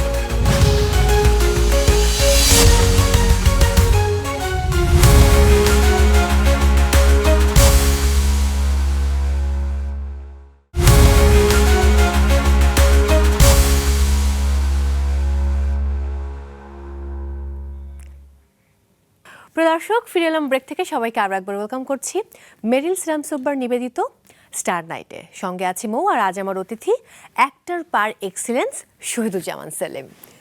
এক্সিলেন্ট অভিনেতা আপনি সব নাটক সিনেমাতেই করেন, তবে এখন পর্যন্ত নাটকে অভিনয়ের জন্য 2বার মেরিল প্রথম আলো পুরস্কার এবং চলচ্চিত্র অভিনয়ের জন্য 3বার জাতীয় চলচ্চিত্র পুরস্কার পেয়েছেন। তারপরও কখনো কখনো কি মনে হয় যে আপনার অভিনয়ের যে বহুমাত্রিকতা, তা এখনো নির্মাতারা ব্যবহার করতে পারেনি, বিশেষ করে চলচ্চিত্রে? এটা আমি বলেছি তো তোমার একটা ইন্টারভিউতে। পারেনি তো। আর কিছু কি অ্যাড করবেন? সময় আছে তো। আমি তো ওই ইয়ের মতো, কচ্ছপের মতো স্লো। হ্যাঁ, সুযোগ আসবে এবং আমি আরেকটা ছক্কা মারবো। আসবেই, নিশ্চয়ই আসবে। চোরাবালিতে আলী ওসমান চরিত্রে অভিনয়ের জন্য আপনি প্রথমবার জাতীয় চলচ্চিত্র পুরস্কার পেয়েছিলেন। সেই চলচ্চিত্রে অভিনয়ের জন্য নাকি প্রয়াত হুমায়ুন ফরিদি আপনাকে ফোন দিয়েছিলেন। মানে সেই গল্পটা যদি আজকে আবার একটু শেয়ার করেন। রনি এটার ইয়ে ছিল, রেদওয়ান রনি। হ্যাঁ, রেদওয়ান রনি পরিচালক, আর সান কমিউনিকেশন হচ্ছে এটার প্রডিউসার। তাদের ছবি, এটা ফরিদি ভাই অভিনয় করছিল। আমরা জানি যে ফরিদি ভাই অভিনয় করছে। তো হঠাৎ একদিন দেখি আমার অফিসে চলে এলো রনি, তারপরে ও হিরো ছিল, ওই ছেলেটার নাম কি, ভারতীয়, ইন্দ্রনীল, এরা, এবং ক্যামেরাম্যান, এরা সবাই আসছে, খায়ের। তাই বলে কী রে, আমার ধারণা হচ্ছে ওই সময় রনি বা সরোয়ার ফারুকি বা যারাই কাজ করে, যে ওদের অনেক সাপোর্ট আমি করি। কীরকম সাপোর্ট? যে ওইখানে লোকেশন দরকার, ওইখানে এটা বলে দেয়া দরকার, জাহাঙ্গীরনগর ইউনিভার্সিটিতে শুটিং করবে বা ঢাকা ইউনিভার্সিটিতে শুটিং করবে, আমি এগুলো ওদেরকে হেল্প করতাম, ম্যানেজ করে দিতেন। আমি ভাবছি যে ওরকম কোনো বিষয়। তো সে সেলিম ভাই আমি বলছি, কী রে তুই পুরো টিম নিয়ে আসছিস, কী ঘটনা কি? কই সেলিম ভাই এই ছবিতে তো আপনাকে অভিনয় করতে হবে। মানে আমাকে অভিনয় করতে হবে মানেটা কি? কয় ফরিদি ভাই তো অভিনয় করতে পারছে না। ফরিদি ভাই পারছে না মানে কি সমস্যা কি? উনি তো অসুস্থ হয়ে পড়েছে, একটা শটও দিতে পারে না, উনি দাঁড়ানো থেকে বসতে পারে না, ও মাই গড, উপুর হতে পারে না, এরকম অবস্থা, ওনার নিঃশ্বাসের প্রবলেম হয়। আমি জানি ফরিদি ভাই শরীর খারাপ, কিন্তু ফরিদি ভাই একটা চরিত্র করছে, এটা আমি তো বলতে পারি না যে না আমি করব। ফরিদি ভাইয়ের কাছে যাও, ফরিদি ভাই যদি বলে যে হ্যাঁ সেলিম তুই কর, আমার কোনো আপত্তি নেই, তাহলে আমি করতে পারি। কিন্তু তুমি আমাকে বললা যে ফরিদি ভাই করতে পারছেন, আপনি করেন, আমি এটা তো করবো না। যাই হোক, ওরা ওই দিন রাতেই গেল ফরিদি ভাইয়ের বাড়িতে। ফরিদি ভাই ওদের আমি বাসায় অপেক্ষা করছি 9টা 10টা 11টা, ওরা আসছে না, ফোন করছে না, কিছুই করছে না। 12টার পরে ওরা ফোন করে বললো যে সেলিম ভাই আমরা আসছে। তারপরে ওইখান থেকে আসলো, আসার পরে ফরিদি ভাই মানে এমন একটা চরিত্র, আর একজন অভিনেতার অভিনয়ের যে তৃষ্ণা বা ক্ষুধা, সেটা ফরিদি ভাই কখনো এটা ছাড়তে চাচ্ছিল না, কিন্তু ওনার শরীর ওনাকে পারমিট করছে না। এটা এই ছবিটাতে মারামারি আছে, এই ছবিটাতে নাচ আছে, বা এই ছবিটা অনেক স্ট্রেংথ দিয়ে অভিনয় করতে হবে। তো একজন অভিনেতাকে অনেক সুস্থ এবং শক্তিশালী বা সবল থাকতে হবে, সেটা ফরিদি ভাইয়ের শরীরটা পারমিট করছিল না। যাই হোক, ফরিদি ভাই পরে গ্রিন সিগন্যাল দিয়েছিল যে হ্যাঁ তুই কর। তখন আমি ওদের সাথে কথা বলে রাজি হই এবং পরদিনই শুটিংয়ে যাই। এবং খুব ইন্টারেস্টিং, আমি যে ছবিটাতে ফার্স্ট যে শটটা দিয়েছিলাম, ও দাবার চাল দেওয়ার যে শটটা, ওটাই হলো ফরিদি ভাই ওইখানেই ব্যর্থ হয়েছিল। ফরিদি ভাই মানে দাঁড়ানো থেকে নিচু হতে পারছিল না, ওটা দিয়েই পরের দিন শুরু হয়। এবং একটি শট যেটা লং শটে ফরিদি ভাই অভিনয় করেছে, বাহ, ক্লোজ আপ যখন নিয়েছে তখন আমি করেছি। ও তার মানে আমি বলতে চাচ্ছি ফরিদি ভাই কিন্তু ছবিটাতে ছিল, সারাক্ষণ ছিল, সারাক্ষণ ওইটুকু তো ছিলই, ফিজিক্যালি ওইটুকু ছিল, আর মেন্টালি ফরিদি ভাই আমার সঙ্গে সারাক্ষণ ছবিটাতে ছিল।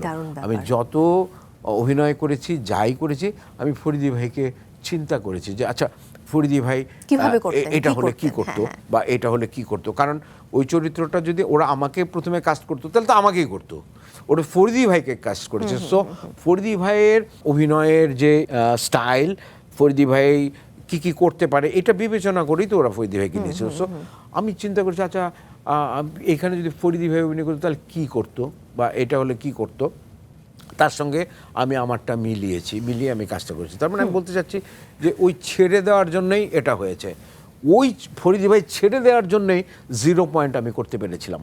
ওটা কিন্তু ফরিদি ভাই কাজ ছিল, কিন্তু ফরিদি ভাই তখন করলো না 0 পয়েন্ট, যেটা মিমি একটু আগে বলছিল। ওটা ফরিদি ভাই বলছিল এটা এরশাদের পতনের পর স্বৈরাচার বিরোধী একটি নাটক নয়, এটা একটি স্লোগান, সুতরাং আমি এটাতে আমি করব না। এবং ওইটাও শুটিংয়ের 2 দিন আগে আমাকে মামুন ভাই ডেকে নিয়ে যায়, ডেকে নিয়ে বলে যে তুমি স্ক্রিপ্টটা পড়ো তো দেখি। আমাকে মামুন ভাই তখন ওইভাবে চেনে না, তো পড়লাম, পড়ার পর আজকেই রেকর্ডিং, বলে যে আজকেই সন্ধ্যার সময় তোমার রেকর্ডিং। ওই আমি ঢোকা, ওটাও ফরিদি ভাইয়ের ছেড়ে দেওয়া চরিত্র, এটাও ফরিদি ভাই করতে পারলো না। আমার যে টার্নিং পয়েন্টগুলো টেলিভিশনের নাটকের ক্ষেত্রে, এটা ফরিদি ভাইয়ের একটা না করা টার্নিং ছিল আমার। এটা চোরাবালিতে ফরিদি ভাই না করাতে আমার ফিল্মের একটা টার্নিং হচ্ছে, এবং আপনি ন্যাশনাল অ্যাওয়ার্ড পেয়ে গেলেন। আমি যদি একটু অজ্ঞাতনামায় আসি, তৌকির আহমেদের পরিচালিত সিনেমা অজ্ঞাতনামার জন্য আপনি আবারও ন্যাশনাল অ্যাওয়ার্ড পেয়েছিলেন। এই যে সমসাময়িক অভিনেতারা যখন একসঙ্গে কাজ করেন, তার ডিরেকশনে আপনি কাজ করছেন এবং সম্মানের কথা বা পারিশ্রমিকের কথা না ভেবে এগিয়ে এসেছেন বা এগিয়ে যেতেন, এই বিষয়টা আমাকে খুব মুগ্ধ করে। এটা তো স্বাভাবিক, এটা অন্য কেউ করবে কিনা আমি জানি না, বা আমার কন্টেম্পোরারি যে অভিনেতা অভিনেত্রীরা আছে তারা আমার জন্য কোনো দিন করেছে কিনা আমার মনে পড়ে না। কিন্তু আমি চেষ্টা করি যে আচ্ছা ও তো আমাকে ডেকেছে একটা বিশেষ কারণে, যদি আমি ওর জন্য একটু যদি সহযোগিতা করি বা আমি চাই কেমন করে, এটা আমি পেয়েছি আফজাল ভাইয়ের মধ্যে অনলি। এই এত বড় ক্যারিয়ারে আমি এত মানুষকে নিয়ে নাটক করেছি। আফজাল ভাই কোনোদিন, আমি প্রথম যখন আমার নাটকে অভিনয় করেছি, আমি যখন টাকা দিতে গেছি উনি টাকা হাতে নিতে চায় না, আচ্ছা, বলে যে হেই মনা, ও দেখ দেখ দেখ সেলিম কি টাকা নিয়ে আসছে আমাকে দিতে, দেখ দেখ, মানে ওনার ওয়াইফকে বলছে। হ্যাঁ হ্যাঁ হ্যাঁ। তা আমি মোনাকে বললাম, মোনা নাও, তুমি টাকাটা নাও। তারপর মোনা বলে কি আচ্ছা নিয়ে আসছে সেলিম ভাই, রাখো না, পরে রাখলো, মানে টাকাই নিতে চায় না। এই যে আমি বলছি না যে আমি আমার নাটকে অভিনয় করলে ফ্রি করতে হবে, না তা করতে হবে কেন, কিন্তু একটা মিনিমাম একটা টাকা তো নিতেই হবে বা নেবেই। কিন্তু এই যে এতদিনের বন্ধুত্ব, মিমির সাথে আমার এতদিনের বন্ধুত্ব, মৌয়ের সাথে বা বিপাশা বা সৌমির সাথে যে আমার এতদিনের যে বন্ধুত্ব, বা তারিনের সাথে যে এত আমি কাজ করেছি, বা অন্যান্য যাদের সাথে আমি কাজ করেছি, ওটা কিন্তু একটা মাথায় থাকে। বা আমি যখন ওদের সাথে কাজ করতে যাব তখন কিন্তু মাথায় থাকে যে ও যা তোকে আমাকে যা দিয়েছে আমি তাই নিয়েছি। ও বলছে সেলিম ভাই এর চেয়ে উপরে আমি পারবো না, তাহলে ইন দ্যাট কেস আমাকে অভিনয়টা করতে হবে, আমার যে বাজেট এই বাজেট, তখন আমি রাজি হয়েছি। এটা আজকাল যে নতুন যে ছেলে মেয়েরা যারা অভিনয় পরিচালনা করে তাদের ক্ষেত্রেও আমি এটা করি না তা না। একদমই তাই। আপনি এ সময়ের সবচেয়ে জনপ্রিয় নায়ক, শাকিব খানের সাথে অনেক সিনেমায় অভিনয় করেছেন। করেছি। এই তো প্রেম, দেবদাস, নবাব এলএলবি, প্রিয়তমা, তাণ্ডব। তুফান, তাণ্ডব, বরবাদ সহ বেশ কিছু চলচ্চিত্র। আপনার কি মনে হয় শাকিব খানের পর আরও একজন নায়ক কেন এখনো ইন্ডাস্ট্রিতে রাজত্ব করতে পারছে না? শাকিব খানের সবচেয়ে বড় যে গুণটা, ওর চেষ্টা, অনেক চেষ্টা। আর পরবর্তীতে যাদের আছে ওরা শাকিব খান একটা ছবি করে, ওই ছবিটাকে ওই রকম করে করতে চায়, পরবর্তীগুলা স্বকীয়তা নাই। শাকিব খান একটা পথ দেখায় যে দাড়ি রেখে বড় বড় চুল রেখে একটা ক্যারেক্টার করলো, ওমা পরে 2 ছবিতে দেখি 2 হিরো, নাম বলছি না, ওই রকম গেট আপ, 3 হিরো দাড়িটারি ওইরকম চুল টুল নিয়ে অভিনয় করা শুরু। আর একটা জিনিস তো আমরা দেখে ফেলেছি, তুই তো আবার তুই করতে যাস কেন? তোর নিজস্ব স্বকীয়তা কোথায়? তোর গল্পের স্বকীয়তা কোথায়? শাকিব খান নিশ্চয়ই সালমান শাহর পথে হাঁটে নাই, শাকিব খান নিশ্চয়ই রাজ্জাক সাহেবের পথে হাঁটে নাই, যদি লিজেন্ড দুজন ইয়েকে ধরি। শাকিব খান তার নিজস্ব পথ তৈরি করছে। তো তোরা যারা পরবর্তীতে করেছে, তোরা নিজস্ব পথ তৈরি কর, তাহলেই না মানুষ তুই সক্রিয়তায় ওরকম জায়গায় দাঁড়াবি। আমি যতগুলো ছবি হয়েছে, আমি এই ঈদে একটি ছবিও করি নাই। এই কোরবানির ঈদে, হ্যাঁ, এবারে একটু ব্যতিক্রম কেন? আমি করি তোকে নাই, প্রশ্ন কারণ করেছিলাম। একই টাইপের গল্প হচ্ছে। আমাকে ডেকেছে কিন্তু আমি একটাও করিনি, কারণ কি আগের যে এক্সপিরিয়েন্স, আমি রোজার ঈদে শুধু প্রেসার কুকার যে করেছেন, ছবিটা ওটা হ্যাঁ, আমি এবং খুব করেছিলাম, ভিন্ন রকম চরিত্র। ওখানেও কিন্তু আমাকে আরো 2-1টা ছবিতে ডেকেছে, আমি করিনি, কারণ কি আমার ভালো লাগছে না করতে। অনেকে বলেন যে এখনকার অভিনেতারা বা অভিনেত্রীরা চরিত্রের ভেতরে ঢোকার চাইতে লুক সেট করা নিয়ে বেশি একদমই তাই সচেতন থাকে। এটা নাটকের ক্ষেত্রেও হয়েছে যে নাটকটা কি এটা বলার সাথে সাথে ভাই আমি ওই ড্রেস পরবো, ভাই আমি ওইটা করব, ওই রকম একটা গেট আপে যাবো। আরে তোর ক্যারেক্টারটা কি, তুই ক্যারেক্টারে থেকে তোর যে কস্টিউম তোকে ডিমান্ড করবে সেই রকম তুই যাবি। হ্যাঁ, এখন ওইটা তো মাথায় থাকছে না। আমাদের পার্শ্ববর্তী দেশের বা আরও দূরেরও 2-1টা দেশের ও একটা সিনেমা দেখে বা একটা গেট আপ দেখে, বলে যে আমাকে অ্যানিমালের মতো গেট আপ দিতে হবে, আমাকে অ্যাটলির ছবির এই হিরোর মতো আমাকে গেট আপ দিতে হবে, আমাকে পুষ্পা বানাইতে হবে। এইটা দিয়ে বাঙালিকে এত বোকা ভাবার তো কোনো কারণ নাই, কারণ এটা ওরা দেখছে না, সবাই তো দেখা জিনিস আবার দেখবে নাকি।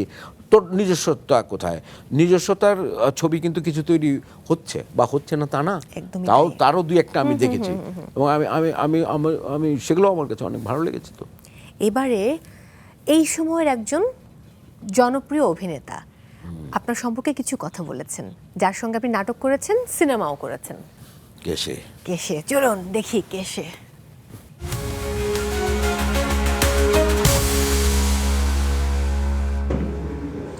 প্রথমেই আমি সেলিম আঙ্কেলকে নিয়ে যে কথাটা বলতে চাই সেটা হচ্ছে যে Shahiduzzaman Selim is one of my absolute favourite co artist. আমি ওনাকে প্রচণ্ড ভয় পাই। আমি আমি মনে করি যে ইন্ডাস্ট্রির সবাই সেলিম আঙ্কেলকে খুব খুব ভয় পায়, বাট আমিও প্রচণ্ড ভয় পাই। বাট আমি এটাও জানি যে সেলিম আঙ্কেল আমাকে প্রচণ্ড আদর করেন এবং ওনার সাথে কাজ করতে আমি খুব স্বাচ্ছন্দ্য বোধ করি। আঙ্কেলের সাথে অনেক বিষয় নিয়ে গল্প করা যায়, from arts to sports to literature to politics to everything, এবং I really enjoy my time with him. এবং আঙ্কেলের সাথে আমার বেশ কিছু মজার স্মৃতি আছে, তবে আমি একটা স্মৃতির কথা যেটা আমি বলবো সেটা হচ্ছে যে আমি একটা কাজ করেছিলাম, কথা ছিল তো তো কাজটাতে উনি আমার বাবার রোল করেছিলেন এবং আমি ওনার ছেলের রোল করেছিলাম, এবং সিনটা এরকম একটা সিন ছিল যেখানে আমি আমার বাবাকে অনেক দিন ধরে দেখি নাই। তো অনেক দিন পরে দেখা হচ্ছে, তো মেকআপ রুমে যখন আমি সিনটা ওনার সাথে রিহার্সাল করছিলাম, উনি আমার প্রত্যেকটা ডায়লগের শুরুতে আমাকে বলতেন যে বল আব্বা তুই বল, আমি ডায়লগটা শুনি। এবং শোনার পরে উনি আমাকে অন্য একটা অ্যাঙ্গেল থেকে ডায়লগটা ধরিয়ে দিতেন যে আব্বা তুই ব্যাপারটা এইভাবে না, তুই ব্যাপারটা এইভাবে বল, দেখ কেমন লাগে শুনতে। এবং আমি আসলেই উনার কথা শুনে উনার মতো করে উনার উনি যেভাবে ডিরেকশন দিয়েছিল যে আব্বা তুই ব্যাপারটা এইভাবে কর, এইভাবে না, ওভাবে কর, এইভাবে না, আই ফলোড হিম। এবং সত্যি কথা বলতে আমি এটা যখন স্ক্রিনে দেখেছি, সত্যি কথা আমার চোখে পানি চলে এসেছিল। এবং আমি আমি আমি এটা আঙ্কেলকে বলেছিও, আমি এটা সব জায়গায় বলেছি, আমি ইন্টারভিউতে বলেছি যে that was one of the most memorable shooting experiences of my life, যে আমার কো অ্যাক্টর আমাকে এত সুন্দর করে আমার পারফরমেন্সকে এইভাবে এলিভেট করে দিয়েছিল। So thank you so much uncle, I love you, you are one of the most fantastic actor that I have worked with. আপনার সাথে আমি আশা করি সামনে আরও অনেক কাজ হবে, আরও অনেক দেখা হবে, অনেক আড্ডা হবে। ভালো থাকবেন, সুস্থ থাকবেন। কেমন লাগলো? ওই ছেলেটা আঙ্কেল আঙ্কেল বলছে, তার কারণ হচ্ছে যে ওর মা আমার সাথে অভিনয় করেছে, বা এখনো করে। শিল্পী। ও নায়িকার অভিনয় করেছে, শিল্পী সরকার, আচ্ছা। অপু আমার সাথে। তো ও তো নিশ্চয়ই সোনাইকে আমরা তো অনেক ছোটবেলা থেকে চিনি, ওর ডাকনাম হচ্ছে সোনাই। সোনাই। ওকে খুব ভালোবাসি আমি। যে যতগুলো শিক্ষিত ছেলে মেয়ে আছে বর্তমান ইয়েতে যারা করছে ট্রেন্ডি, তার মধ্যে ও অন্যতম। ও খুবই রুচিশীল এবং খুবই জ্ঞানী। ও খুব ভালো একটা ছেলে। ওর সাথে কাজ করে আমিও অনেক আনন্দ পাই। আর ও যে আঙ্কেল আঙ্কেল বলে আমার কাছ থেকে জানতে চায়, বা আমিও আমার একটা দায়িত্ব মনে করি যে ও ভালো করুক। ও হিরো, কিন্তু ওর মধ্যে ওই হিরোইজমটা নাই, কারণ বাবা মা দুইজনই থিয়েটারের নাট্যকর্মী, ফলে শিক্ষিত মানুষ। ওদের ছেলে মেয়ে তো এরকমই হবে। একদম। This is expected. এবার আপনার প্রেম নিয়ে কথা বলবো। জাহাঙ্গীরনগরে যখন পড়তেন অর্থনীতি বিভাগে, সে সময় আপনার প্রথম প্রেম হয়েছিল, তাই না?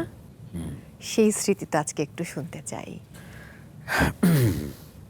এই বয়সে এসে এগুলো বললে মানুষ কি বলবে, যে লোকটার বয়স হয়ে গেছে, এখন এই সমস্ত গোপন কথা বলে দিচ্ছে। প্রেম সব বয়সেই আসে। আমি জাহাঙ্গীরনগরে সব যখন, বয়সে ফিরে ফিরে আমরা স্মরণ করি প্রেমের কথা। হ্যাঁ, কিন্তু হয় না, অনেক জিনিস অজানা আছে, ভুলে গেছে, বিস্মৃত প্রায়। যাদের কথা বলবো তাদের মনে, তারা যদি অনুষ্ঠান দেখে তাহলে আবার তাদের মনে কেমন হবে যে এগুলো বলবার কি দরকার ছিল, ওরকম আর কি। আরও পরে বলা যেত, অথবা আরও আগে বলা যেত। This is not the proper time. Anyway, আমি জাহাঙ্গীরনগরে যখন ইকোনমিক্সে পড়ি, তখন আমাদের ডিপার্টমেন্ট না, আমাদের পাশের ডিপার্টমেন্ট গভর্নমেন্ট পলিটিক্সের আমাদের ইয়ারমেট একজনের প্রতি আমি ভীষণ দুর্বল হয়ে পড়ি। সেটা আমার খুবই ক্লোজ বন্ধু যারা আছে তারা জানে, এবং আজও সেটা নিয়ে তারা আমাকে খেপায় বা মনে করে। আমি খুবই তার প্রেমে একদম হাবুডুবু খাচ্ছি। হাবুডুবু মানে কি, মানে আমি জাহাঙ্গীরনগরের সকাল 7টায় বাস ঢাকা থেকে ছেড়ে 8টায় পৌঁছে জাহাঙ্গীরনগরে। তো আমি যেহেতু ফুটবলে প্র্যাকটিস করতাম সকালবেলা, আমরা 6টা থেকে প্র্যাকটিস করতাম, এবং বাস যখন থামতো মাঠ থেকে দেখা যেত, তখন জানালার দিকে তাকাতাম যে ও এসেছে কিনা। এবং এলে এক ধরনের ভালো লাগতো, না এলে খুব ইয়ে লাগতো, কষ্ট লাগতো যে আজকের দিনটা দমকা হাওয়া লাগতো। হ্যাঁ, কিরকম। ওইটা একদম প্রথম প্রেম। ওই প্রেমের তোমার কোনো ইয়ে নাই, জুড়ি নাই, ওই প্রেমের বর্ণনা করা যায় না ওরকম। একদম অল্প বয়সে প্রেম। এটা তো তখন ফার্স্ট ইয়ারে পড়ি, তার মানে আমাদের বয়স কত তখন, 18-19, ওই বয়সের প্রেম। তার পরবর্তীতে যেটা হলো, ওই প্রেমটা সামহাউ ওয়ার্কআউট করলো না। আমি তাকে প্রপোজ করেছিলাম, তো সেও একটা মেয়ে তো সাধারণত একটা ছেলের চাইতে অনেক বেশি ম্যাচিউর থাকে, তো সে আমাকে খুব প্র্যাকটিক্যাল একটা প্রশ্ন করেছিল যে দেখো তুমি আর আমি তো একই বয়সী, একই ক্লাসে পড়ি, তো ধরো আমরা আমাদের একটা প্রেম হলো, আমাদের মধ্যে পরবর্তী সময় একটা বিয়ে হলো, তো তাহলে তুমি আমাকে খাওয়াবা কি? আরে মানে বাবা, ভেরি আমরা কি করে চলবো? তো সো ইট ইজ বেটার আমার সাথে সিনিয়র কাউকে আমার বিয়ে করা। এই যে কষ্টটা, এই যে বলেছিল, এই কষ্টটা আমি পেয়েছিলাম, ও দারুণ কষ্ট পেয়েছিলাম। এবং তখন আমার এক সময় মনে হতো যে আচ্ছা এই কথাটা যদি ও কখনো ঘুরিয়ে যদি আবার বলে, আবার যদি বলে যে না আমি ভুল বলেছি, এসো, চলো আমরা accepted। একসাথে চলি, কিন্তু এটা আর বলেনি। তখন আমার ওই দেবদাস টাইপের না ঠিক, ওই মানে একজন রোম্যান্টিক, স্যাড রোম্যান্টিক আর কি। আচ্ছা, মরতে চাননি তো আবার? হ্যাঁ, সুইসাইড করতে তো আর চাননি? না না না, ওরকম না, আমি তো আচ্ছা, খুবই মানুষ, তীক্ষ্ণ দুর্বল বুদ্ধি মনের না, সম্পন্ন এবং দুর্বল দূরদৃষ্টি মনের মানুষ না, সম্পন্ন। দুর্বল মনের মানুষ না। তো ওই তখন চিন্তা করতাম, ছ্যাঁকা খাওয়া গান শুনতাম, এগুলা। তার পরবর্তী সময়ে আমাদেরই নাটকের, তখন আমি অলরেডি নাটকে ঢোকার পেছনেও এক ধরনের টেন্ডেন্সি ছিল যে আচ্ছা আমি যদি কোনো কিছু করে খেলায় আমি হয়তো মানে হ্যাট্রিক করলাম, তখন সে আমার প্রতি আকৃষ্ট হতে পারে। আরে বাহ। বা আমি দেখা গেল যে হঠাৎ করে নাটকে ঢুকে গেলাম, নাটকে ঢুকে আমি খুব ভালো অভিনেতা হলাম, তাহলে আমার নাটক সে দেখতে আসবে, তাতে সে আকৃষ্ট হতে পারে। তো এই সমস্ত করতে গিয়ে কিন্তু আমি আমার নাটক করতে আসা, আচ্ছা, যে আচ্ছা তাহলে দেখি, তাকে কিন্তু থ্যাঙ্কস দিতে হবে আজকে। দেখি না। অথবা পরীক্ষা যেমন ফার্স্ট ইয়ারে আমি কিন্তু একমাত্র ফার্স্ট ক্লাস পেয়েছিলাম। ও ওয়াও, একজন আমাদের পুরো ব্যাচে আমি শুধু ফার্স্ট ক্লাস পেয়েছিলাম। এই যে ভালো করতে হবে, ছাত্র হওয়া বা ভালো এটাতে ছাত্র হওয়া। যদি একটু পটে যায়। আকৃষ্ট হয়, হ্যাঁ, সেটাও হয়নি। যাই হোক, ওটা কপালে নাই গেছে। পরবর্তী সময়ে নাটক যখন করি, তখন আমাদের নাটকেরই বন্ধু, তখনও বন্ধু, জিওগ্রাফি ডিপার্টমেন্টের ছাত্রী, তা সেও এটা কিন্তু জানতো, এবং সেও কিন্তু এই ম্যাচ মেকিং করতে চেষ্টা করেছে। হ্যাঁ, মেয়েদের হলে, একই হলে যেহেতু থাকে, ও আমার হয়ে ওকালতি করবার চেষ্টা করেছে। এরকম আমার কিছু বন্ধুরা, মেকিং করতে গিয়ে কি আপনার সাথে আমার সাথে তার প্রেম হয়ে গেছে, এবং পরবর্তী সময় আমি তাকে বিয়েও করেছি। দুর্দান্ত। তার মানে হচ্ছে যিনি ম্যাচ মেকার তিনি আপনার অর্ধাঙ্গিনী হয়ে গেলেন। এবং আমরা দুইজনে বাহ। একই ইয়ারের পড়ি, আমি ইকোনমিক্সে ও জিওগ্রাফিতে, এবং আমরা ছাত্র জীবনে ঠুস করে বিয়ে করে ফেললাম। আচ্ছা তখন অনার্স পরীক্ষা হয়নি। আচ্ছা, আমার সাথে আরো দুজন বন্ধু গেল, গিয়ে ওর সঙ্গে আরো দুজন বন্ধু গেল, গিয়ে আমরা কাজী অফিসে বিয়ে করে ফেললাম। আচ্ছা, এবং শুরু হলো জীবনের প্র্যাকটিক্যাল লাইফ, যুদ্ধ, বাস্তবতা। ইউনিভার্সিটি তখন পরীক্ষা দিই, একদিন বাড়িতে নিয়ে আসলাম স্ত্রীকে, বাসায় পরিচয় করে দিলাম। আব্বা আম্মা, মিডল ক্লাস ফ্যামিলির ছেলে মেয়ে, একটা মূল্যবোধ থাকে, মিডল ক্লাস ফ্যামিলি কিছু ভ্যালুজ আছে, যে নিজের বোনদেরকে বিয়ে না করে ভাই আগে বিয়ে করে ফেললো, এবং সে কি করবে না করবে, তার জীবন কিভাবে চলবে, এগুলো কোনো কিছুই ঠিক না, বিয়ে করে ফেললাম। আর নাটক করছি, দুই দিক থেকে হচ্ছে নেগেটিভ। তো যাই হোক, পরবর্তী সময়ে একটা চাকরি পেলাম, সেটা কিন্তু অনার্স পাশ করবার পরে। ঢাকায় থাকতে হবে, যেহেতু আমি ঢাকা থিয়েটারে, অনার্সের আগেই বিয়ে করে ফেলেছিলেন? হ্যাঁ, অনার্সের আগেই বিয়ে করে ফেলেছিলাম।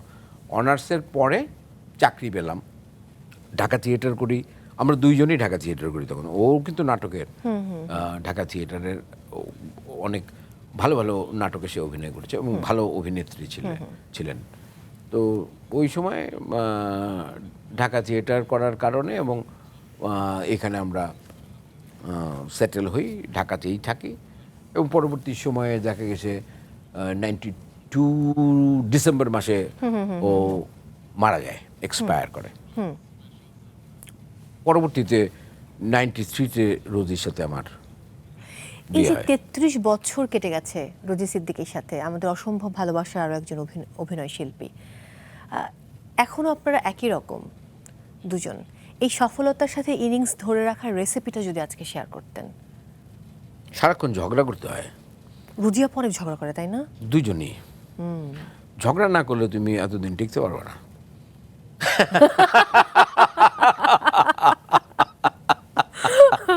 তার মানে হলো দর্শক, ভালো থাকার বা একসঙ্গে থাকার রেসিপি হচ্ছে সারাক্ষণ ঝগড়া করতে হবে। আমি একটা সিক্রেট জানি, আপনি কাপড় চোপড় গুছিয়ে রাখার ক্ষেত্রে ভীষণ খুঁতখুঁতে এবং ডিসিপ্লিন। ঠিক বলেছি? একদম ঠিক। তোমার সাথে আমার তো এগুলো নিয়ে কথা হচ্ছে। সিরিজ অফ ইন্টারভিউ আছে, সো তুমি আমার অনেক কিছু জেনে গেছো। এ পর্যায়ে আপনার জন্য একটা স্পেশাল সারপ্রাইজ রয়েছে। নিশ্চয়ই দেবো? রোজির ইন্টারভিউ হবে। না, আরো অনেক কিছু দেখি।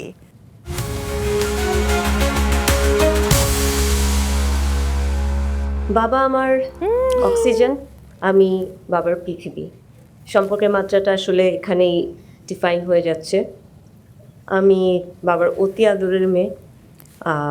আমার কোনো কথা বাবা ফেলেছে কিংবা আমাকে বলেছে এমন কোনো কথা রাখেনি, এটা এই পর্যন্ত হয়নি।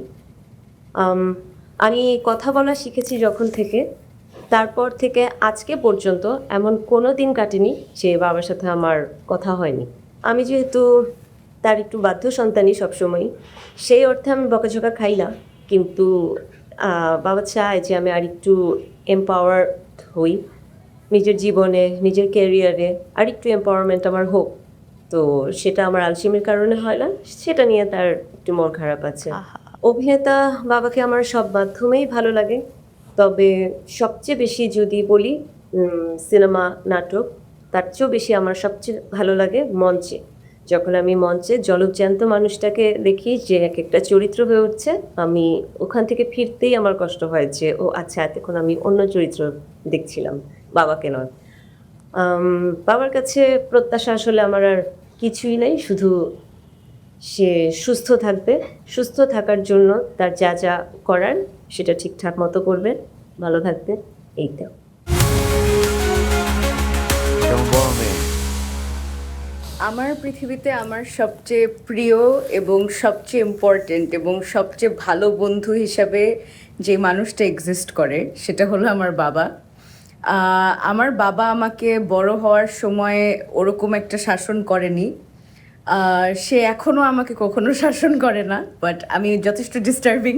তারপরেও সে আমাকে অলওয়েজ অনেক ভেবে চিনতে, খুব আদর সহকারে, খুব ঠান্ডা মাথায় আমাকে সব কিছু বোঝানোর চেষ্টা করেছে এবং ছোটবেলা থেকেই সব সময় যা কথা দিয়েছে তা কথা রেখেছে, যার ফলে আসলে বড় হয়ে কথা দিয়ে কথা না রাখার মানুষ আমার পছন্দ না।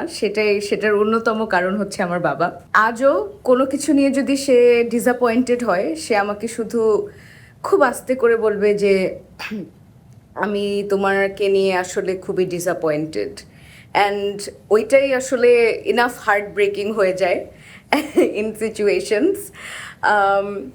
আদার দেন দ্যাট, আমার বাবা যথেষ্ট প্রমিসিং, যথেষ্ট ডিসিপ্লিনড, হার্ড ওয়ার্কিং একজন মানুষ, এবং আমি আমার লাইফে যা কিছু করেছি, ক্যারিয়ার ওয়াইজ বলেন, লাইফ ওয়াইজ বলেন, সব কিছুর সবচেয়ে বড় ইন্সপিরেশন আমার বাবা ছিলেন এবং এখনও আছেন।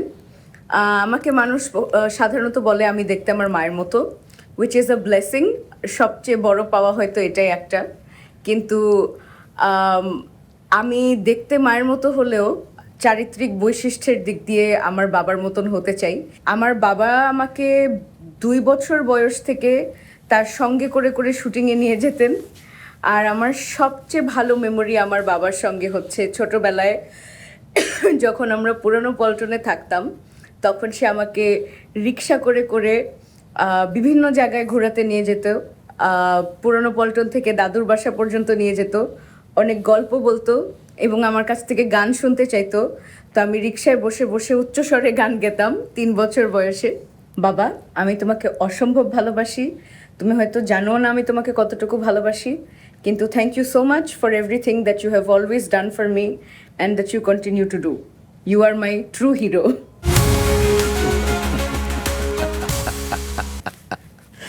তেমন চমকে দিলাম, আমার চোখ ভিজে গেছে, আমি দেখতে পাচ্ছি আপনার চোখও ভিজে গেছে। এই মাসেই বাবা দিবস ছিল।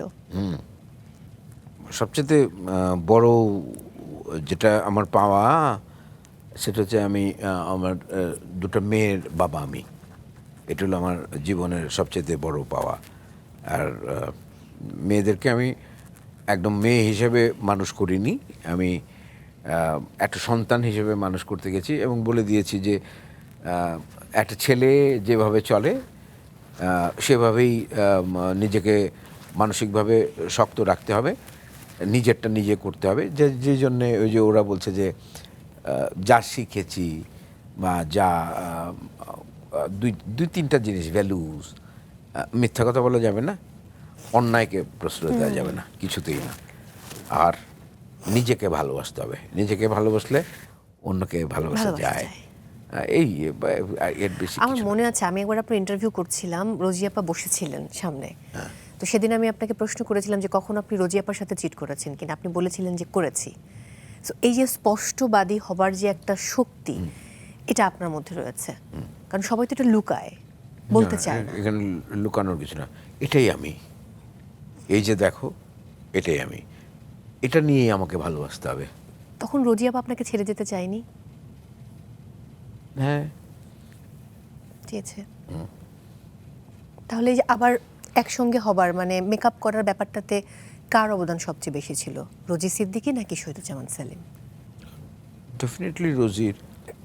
আর বাচ্চাগুলা, অফকোর্স ওরা খুব ভালো বাচ্চা। এখন কিন্তু এই পরিবারের, হ্যাঁ আমি সবচেয়ে বয়োজ্যেষ্ঠ ব্যক্তি, কিন্তু ডিসিশন মেকিংয়ে এই দুটো বাচ্চা হচ্ছে আমার এখন প্রধান ডিসিশন মেকার। বাহ, ওরা বুঝে, ওরা বাপকেও বোঝে, ওরা মাকেও বোঝে। ওদের মতটা আমরা দুজনই নিই।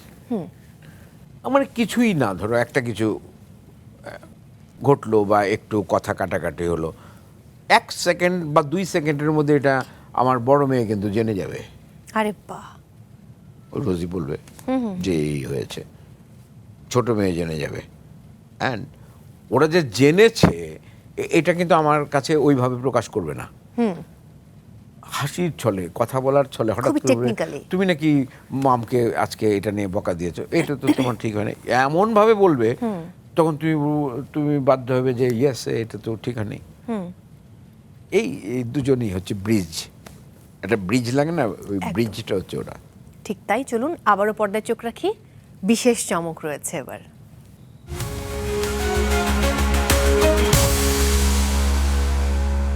সেলিম ভাইয়ের অভিনয় সম্পর্কে বলার মতন যোগ্যতা আমি রাখি না। আমি মনে করি বর্তমান অবস্থায় বাংলাদেশে সেলিম একজন লিজেন্ডারি অ্যাক্টর। আর ও আমার কাছে মনে হয় ও নিজে একটা ইনস্টিটিউশন। তার নিষ্ঠা, তার চর্চা বা তার জানা সম্পর্কে আসলে আমার বলতে পারে এটা আমার ধৃষ্টতা হবে। আমি তাকে একজন মানে গুণী মানুষ এবং গুণী শিল্পী হিসাবেই সবসময় শ্রদ্ধা করি। আর তার থেকে বড় কথা হচ্ছে সেলিম যেভাবে নিজের জীবনটাকে অভিনয় বা শিল্পের জন্য অ্যাকচুয়ালি উৎসর্গ করেছে, সেটা আসলে বাংলাদেশে খুব কম পরিবারের মানুষের হয়। কারণ একটা পরিবারের বড় সন্তান, তার প্রচণ্ড রেসপন্সিবিলিটি থাকে, আপনি জানেন, আপনারা সবাই জানেন। সেলিম সেটাও যেমন চাকরি করে পূরণ করেছে ফ্যামিলির উপরে, পাশাপাশি সে তার এই শিল্প চর্চাটাকে বাদ দেয়নি। এটা আমি সেলিমের একটা অসাধারণ ক্ষমতা মনে করবো। আমাদের 32 বছর চলে গেল সংসারের, 33 বছর চলছে। আমি মনে করি আমার মেয়েরা তার সর্বশ্রেষ্ঠ ভালো বাবা পেয়েছে। আমি তো হাজব্যান্ড আছি, এই তো চলছে। সবাই দোয়া করবেন সেলিমের জন্য, সেলিম জানি বাকিটা জীবন সুস্থ থাকে, সুন্দর থাকে এবং বাংলাদেশের এই শিল্প চর্চায় সেলিমের অবদান জানিয়ে আমৃত্যু থেকে যায়, এটাই আমার কামনা। যেভাবে সে ফিল্মে কাজ করছে, সেলিম বাংলাদেশের যে কয়টা মিডিয়া আছে তার প্রত্যেকটাতে সেলিমের বিচরণ আছে। আমি ওর পাশে পিছনে পিছনে ধরে হাঁটি, চলি, শিখি প্রতি মুহূর্তে। শেখার তো শেষ নেই। আর ওর মতন একজন গুরু পাওয়া, একজন শিক্ষক পাওয়া আমি মনে করি ভাগ্যের ব্যাপার। সেলিম সব ঠিক আছে, খালি একটু রাগ কমাও, আমার আমার আমার প্রতি একটু কি বলবো, মানে ভালোবাসা স্নেহ একটু দেখাও। এমনি আর সব ঠিক আছে। সেলিম ভীষণ পারফেকশনিস্ট একজন মানুষ, সে সব কিছু চায় যে 100% পারফেক্ট হবে, কিন্তু জীবন কিন্তু এরকম না সেলিম, তোমাকে বুঝতে হবে কিছু কিছু সময় জীবনের অনেক কিছু লাইনচ্যুত হবে, সেটা আবার লাইনে নিয়ে ফিরিয়ে আনতে হবে, কিন্তু হবে না এটা কিন্তু ভাবা ঠিক না। তোমার এই জায়গাটা দিয়ে একটু সরে আসো।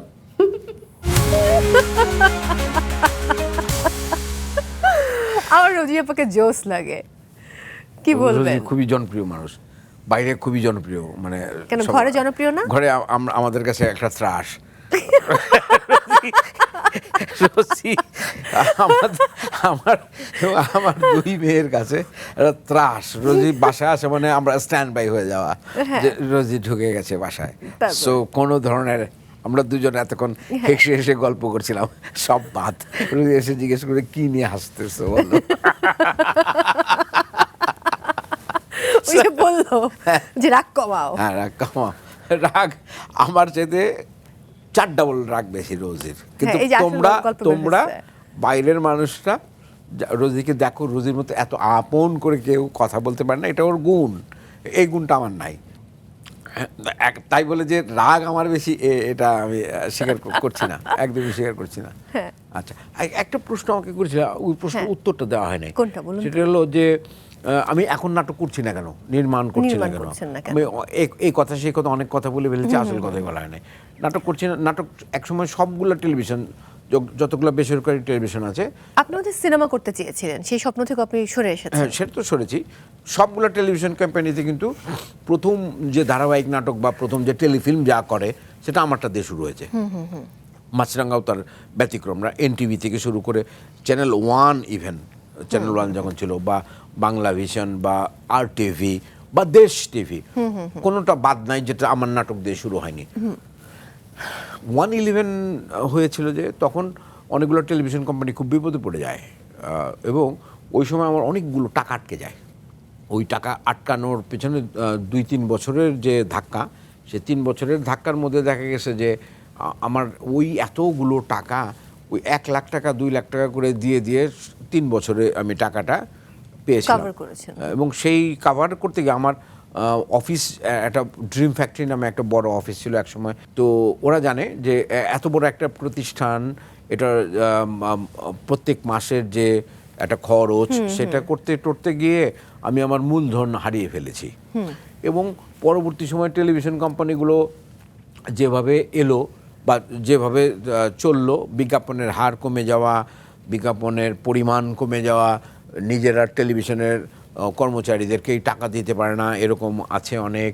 এবং ওরা নাটকের যে মূল্য, সেটাকে আস্তে আস্তে কমিয়ে দিতে থাকলো, এবং স্পন্সরদের সাথে টাই আপ করে দেয় যে স্পন্সররা টাকা দেবে, ওখান থেকে টাকা আপনি তুলে নেবেন। তো এই জটিলতা একটা শিল্পের বা একটা সৃষ্টিশীল কাজ করতে এসে যখন অর্থের পিছনে সেই ছুটতে হয়। পরিচালককে, নির্মাতাকে ছুটতে হয়, তখন তো শিল্পটা আর শিল্প থাকে না, সেটা বাণিজ্য হয়ে যায়। তো যখন দেখলাম যে এটা একটা বিপরীতমুখী স্রোত, এটা তো আমাকে মানাবে না, এবং এই স্রোতের আমি নিজেকে গায়ে যেতে চান না করতে আর। পারবো না, আমি এই স্রোতে আমি ঢুকবো না। তখন থেকে আমি বাদ দিয়ে দিয়েছি, একদমই বাদ দিয়ে দিয়েছি। ওকে, একটা ছোট্ট বিরতিতে যাব, ফিরে এসে বাকি গল্প হচ্ছে। আরও আছে? আরও আছে। প্রিয় দর্শক, সময় হয়েছে আরও একটি বিরতি নেবার। আপনারা দেখছেন মেরিল সিরাম সোববার নিবেদিত স্টার নাইট। ফিরছি এক্ষুনি, সাথেই থাকুন।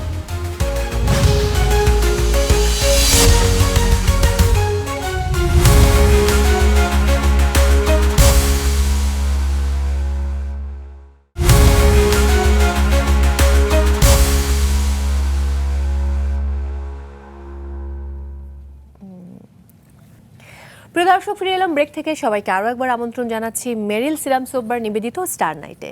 সঙ্গে আছি মৌ, আর আমার সঙ্গে রয়েছেন শতে শক্তিমান অভিনেতা, শতে শহীদুজ্জামান সেলিম। কখনো কেমন হয়েছে যে মঞ্চে পারফর্ম করছেন এবং অভিনয় করতে করতে সংলাপ ভুলে গেছেন, তারপর কিভাবে সেটা কভার করেছেন? এটা তো প্রত্যেক অভিনেতা অভিনেত্রীর ক্ষেত্রেই ঘটা স্বাভাবিক। আমার ক্ষেত্রে যখন প্রথম ঘটেছিল সেই গল্পটা বলি। আমরা তখন ঢাকা থিয়েটারে একেবারে নতুন, এবং আমরা অনেকগুলো ওয়ার্কশপ করেছি। জামিল আহমেদ ওয়ার্কশপ করিয়েছে, ভাস্বরদা ওয়ার্কশপ করিয়েছে, ফরিদি ভাই ওয়ার্কশপ করিয়েছে, ওই সময়গুলা। তারপরে শো হচ্ছে, তখন আমরা স্টানিস্লাভস্কির নাম শুনেছি, আচ্ছা, বড় বড় ব্রেকটার নাম শুনেছি। তো স্টানিস্লাভস্কির নামটা এই কারণে বলছি যে যে কোনো থিয়েটার কর্মীর ক্ষেত্রে এটা অত্যন্ত জনপ্রিয় একটি নাম। অভিনেতার প্রস্তুতি বা কিভাবে একটা অভিনয় করতে হয়, সেখানে একটা সংলাপ ভুলে গেলে একটা ছোট জিনিসকে, ধরো এই যে এই কাপটা আছে, এই কাপটাকে তখন মনে করতে হবে যে এটা একটা ঘরের, আমি যে ড্রয়িং রুমে বসে আছি সেই ড্রয়িং রুমের কাপ এটি, কিন্তু আসলে তো প্রপস। এবং তারপরে আমার ড্রয়িং রুমটা কল্পনা করতে হবে, তারপরে আমি কোন চরিত্রে আছি সেই চরিত্র অনুযায়ী, মানে আস্তে আস্তে কনসেন্ট্রেশনটা ছোট থেকে আস্তে আস্তে বড় করে নিতে হবে। তো এই সমস্ত প্রিপারেশনের কথাগুলো আমরা তো ওয়ার্কশপে পড়েছি, কিন্তু আমি তো সংলাপ ভুলে গেলাম স্টেজে গিয়ে। তো বেরিয়ে আসার পরে আবার একটু পরে মনে পড়েছে, তারপরে বলেছি, কিন্তু একটা গ্যাপ গেছে। তো বাচ্চু ভাই, মানে নাসিরউদ্দিন ইউসুফ আমাকে জিজ্ঞেস করলো যে আচ্ছা তুই ওখানে ভুলে গিয়ে তারপরে কি কি এত দেরি করে পরে বললি? আচ্ছা বাচ্চু, আমার তো ওই সময় স্টানিস্লাভস্কির কথা মনে হয়েছে। কয় কি? হ্যাঁ, স্টানিস্লাভস্কি বলেছে যে এইটা থেকে এটা থেকে এটা ভাবতে গিয়ে আমার অনেক সময় চলে গেছে। এখন বাচ্চু ভাই ওই নাটকে, আফজাল ভাই আছে, ফরিদি ভাই আছে, সুবর্ণা আছে, পীযূষ আছে, সবাই আমরা মিলে অভিনয় করি। এই শোন শোন, ও কি বলছে শোন। হ্যাঁ বল বল, আবার বল।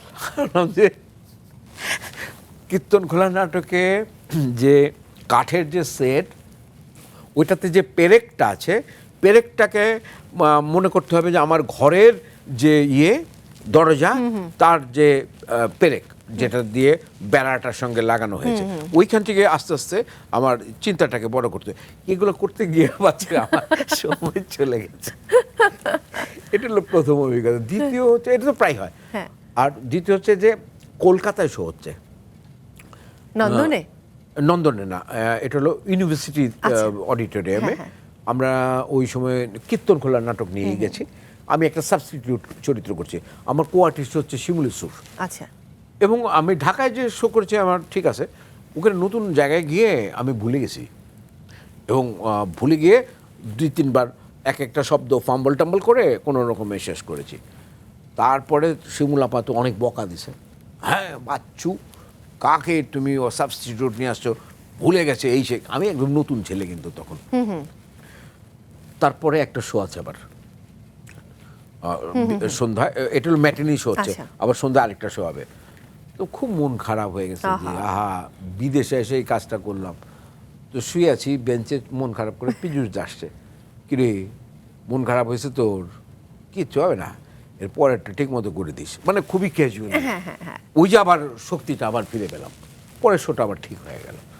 আর পরবর্তী সময় যখন পাকা হয়ে গেলাম, তখন হয় কি, মানে মিনিংলেস, ওইখানে শব্দটার যে সময়টা, ওইটাকে অ্যাবরা কিছু একটা বলে ওটাকে কাভার করে নিতে হয়। দর্শক মনে করে কি যে না ঠিকই মনে বলেছে, আমি ঠিকভাবে শুনতে পাইনি। এটা নানা রকম কায়দা আছে, এখন পাকা হয়ে যাওয়ার পরে এই ফাঁকিগুলো ধরতে পেরেছি। আচ্ছা, আজকে কিন্তু আমি আপনার শক্তিশালী অভিনয়ের এক ঝলক দেখতে চাই, সেটা নাটক থেকে হোক কিংবা সিনেমা থেকে হোক। কোনো সংলাপ যদি একটু আমাদেরকে শোনাতেন। পুরোটা মনে আছে কিনা বলতে পারবো না। যেটুকু আছে। স্তব্ধ হও, আমি তক্ষক, পাতাল সরীসৃপ, আঙুলে চুলেই সবুজ বেনুবন দাও দাও জ্বলে যায়, ভেজা মাটির টাটা টাক ফেটে যায়, চেরা জীবে রক্ত কণিকা চেটে খাই আমি। এখন তোমরা কেউ নড়তে পারো না, চিৎকার করতে পারো না। এখন তাহলে বলি, আজ রাতে পুরো কৌশিকী এক চুমুকে পান করে নেব। আর ইন্দ্র এসেছে শোনো, আর মেনকা এসেছে, আর অর্ক ছদ্মবেশী নারদ। এই একটু ছুঁয়ে দিলাম, এই একটু ছুঁয়ে দিলাম। দুর্দান্ত, এক কথায় অনবদ্য। এবারে র্যাপিড ফায়ার। আমি আপনাকে ফেল করার কোনো সুযোগ নেই, আমার বিশ্বাস আপনি এখানে খুব ভালো করবেন, ট্রাস্ট মি। আপনাকে একটু র্যাপিডলি উত্তর দিতে হবে এবং উত্তরে থাকতে হবে ফায়ার। আপনার জন্য প্রথম প্রশ্ন, কোন গুরুত্বপূর্ণ বা জনপ্রিয় সিনেমাগুলো এখনো আপনার দেখা হয়নি? রোজ দেখা হয় নাই। কোন উপন্যাসগুলো না পড়ার আক্ষেপ এখনো রয়েছে? সৈয়দ মুস্তফা আলী, মনে করো যে ওখানে আমি 3টা খণ্ড পড়েছি, বাকি আরো 4টা খণ্ড রয়ে গেছে। রবীন্দ্র রচনাবলী 2-3টা পড়েছি, পুরাটা রয়ে গেছে, পড়া শেষ হয়নি। রিজিয়া খাতুনের সমগ্র, বা তোমার এটাও পড়া হয়নি, শেষ হয়নি। আহমদ সাফা পুরাটা পড়া হয় নাই, আরও কিছু বাকি আছে। আর মুক্তিযুদ্ধের বই, যেটা হলো আমার সবচাইতে রাজনৈতিক বই স্পেশালি, সেটা বাংলাদেশের যত আর্মির যত অবসরপ্রাপ্তরা যত বই লিখেছেন ম্যাক্সিমামই আমার পড়া আছে। ইন্ডিয়ান কিছু রাইটারের বই পড়া আছে মুক্তিযুদ্ধের উপরে, এবং পাকিস্তানি যে মিলিটারিরা আত্মসমর্পণ করেছে তাদের যে মেজর জেনারেলরা যে বইগুলো লিখেছে ম্যাক্সিমামই আমার পড়া আছে। তাছাড়া উপন্যাসের দিক যদি চিন্তা করো, সুনীল গঙ্গোপাধ্যায় মোটামুটি পড়া আছে, কিন্তু সমরেশের সব কিছু পড়া নাই। এরকম আরও অনেক কিছু। তখন মনে হয় কি জানো, আমার তো অনেক কিছুই দেখা হলো না পৃথিবীতে, অনেক কিছুই পড়া হলো না। আমি যতদিন বাঁচবো এতদিনে তো আমার এগুলো পড়ে শেষ করতে পারবো না। আহা, যদি আরও বেশি দীর্ঘায়ু হতো তাহলে এগুলো পড়ে যেতে পারতাম। আহা, যদি আরও একটু দীর্ঘায়ু হতো তাহলে তো যে ছবিগুলো দেখি নাই, যে মাস্টার পিসগুলো দেখা হয় নাই, এগুলো দেখে যেতে পারতাম। এই আক্ষেপটা হয়, খুব হয়। ব্যক্তি জীবনে কখন আপনি অভিনয় করেন? ব্যক্তি জীবনে অভিনয় করি শুধু রোজির সামনে, আর কোথাও অভিনয় করি না। ধরো রোজি কথা বলছে, রোজি ভাবছে যে আমি শুনছি, কিন্তু আসলে আমি শুনছি না, শোনার ভান করছি। কোন অভিনয় শিল্পীর সাথে অভিনয় না করার আফসোস থেকে যাবে সারা জীবন? যাদের সাথে অভিনয় করার ইচ্ছা, প্রায় সকলের সাথেই অভিনয় করা হয়ে গেছে। এই প্রজন্মের কোন পরিচালকের সাথে কাজ এখনো হয়নি কিন্তু আপনি করতে চান? নেই না। প্রথমবার অভিনয়ের জন্য শহীদুজ্জামান সেলিম কত সম্মানী পেয়েছিল? স্টেজে 100 টাকা বকশিস পেয়েছিলাম, বলে যে আমরা খুশি হয়ে পুরস্কার দিলাম আপনাকে 100 টাকা। এটা হলো আমার প্রথম পাওয়া জীবনে স্টেজে নাটকে। আর টেলিভিশনে প্রথম নাটকে বোধহয় 1250 বা 1350 এরকম একটা ফিগার পেয়েছিলাম। আচ্ছা, আর চলচ্চিত্রে? প্রথম চলচ্চিত্র তো যেটা করেছি, বাচ্চু ভাইয়ের একটা ছবি করেছিলাম, 71 যিশু। ওটা কোনো টাকা দেয়নি, 1 টাকাও না। ওকে। আর কি?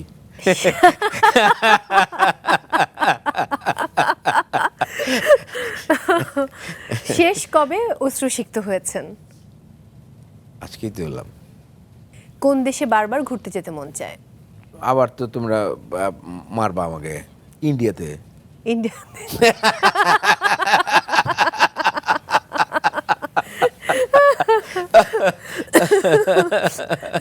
স্ত্রী রোজি সিদ্দিকীর নাম্বার যেই নামে আপনার ফোনে সেভ করা আছে? রোজি। শুধু রোজি? ওকে। আমরা জান বলি না, বন্ধু বলি না, জানু বলি না, আমি রোজিকে রোজি বলি। তবে ও যখন একদমই নতুন আমাদের বিয়ে হয়, অনেক ছটফট করতে, তো এখনো করে, তো ওই ছটফটটা তোমার খুব এনজয় করতাম আমি ওই সময়। তো নতুন নতুন সবই ভালো। হ্যাঁ, ওকে তখন আমি চোখি নামে ডাকতাম। চোখি? পাখি একটা আছে না, চখা চোখি, ওই চোখি বলতাম, কারণ ও এটা আমার খুব ভালো লাগতো। ওর উড়ে উড়ে যাওয়া, উড়ে উড়ে কথা বলা, বা উড়ে উড়ে অনেক ছটফট, এটা আমার খুব পছন্দ হতো ওই সময়। এখন আর কিছু বলি না।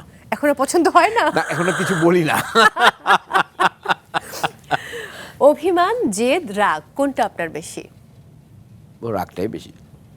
আপনার একটি মুদ্রা দোষ বা যে কোনো দোষের কথা বলুন যা অনেক দিন ধরে ত্যাগ করতে চাচ্ছেন কিন্তু পারছেন না। সিগারেট। আপনার সবচেয়ে আনইউজ ট্যালেন্ট কোনটা, যেটা আমরা এখনো জানি না? ইউনিভার্সিটি ফার্স্ট ইয়ার বা সেকেন্ড ইয়ার বা কলেজে যখন পড়তাম, তখন আমি নিজে প্যান্ট বা শার্ট এগুলো অল্টার করতে পারতাম। ওরে বাবা, এটা অনেক দারুণ একটা জিনিস বের হয়েছে।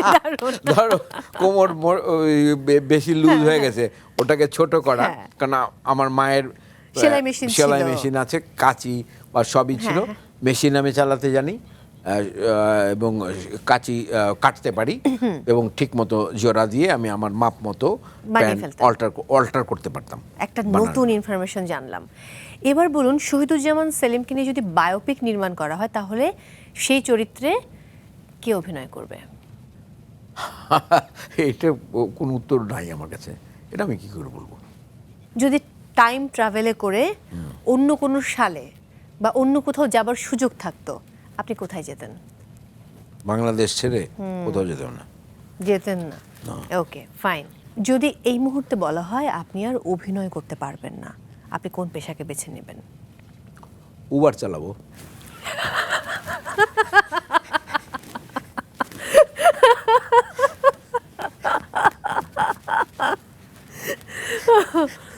আজ থেকে 30 বছর পর কোনো তরুণ অভিনেতা যদি আপনার কাজ দেখে অনুপ্রাণিত হয়, তার জন্য আপনার এক লাইনে বার্তা কি হবে?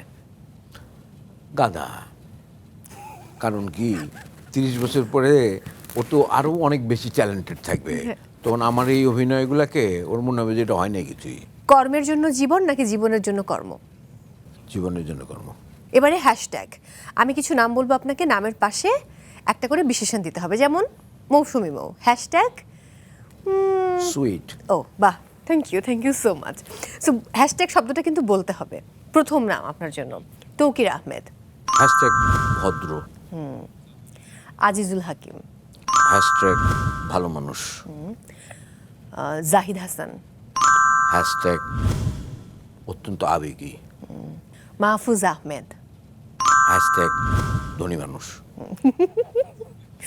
ইন্তেখাব দিনার, হ্যাশট্যাগ অত্যন্ত ভালো ছেলে, মোশাররফ করিম, হ্যাশট্যাগ তেমন জানি না, চঞ্চল চৌধুরী, হ্যাশট্যাগ খুব ভালো ছেলে, Apurba, hashtag romantic hero, Afran Nisho,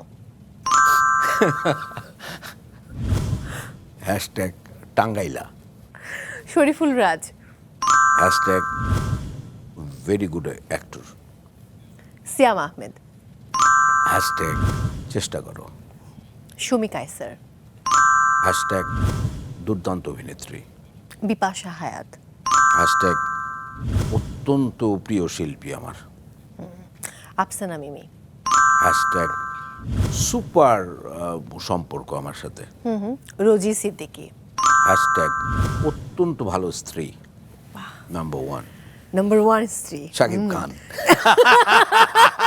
পুরো আয়োজন জুড়ে এত বদনাম করে শেষে এসে মেকআপ করছে যে না 1 নম্বর স্ত্রী।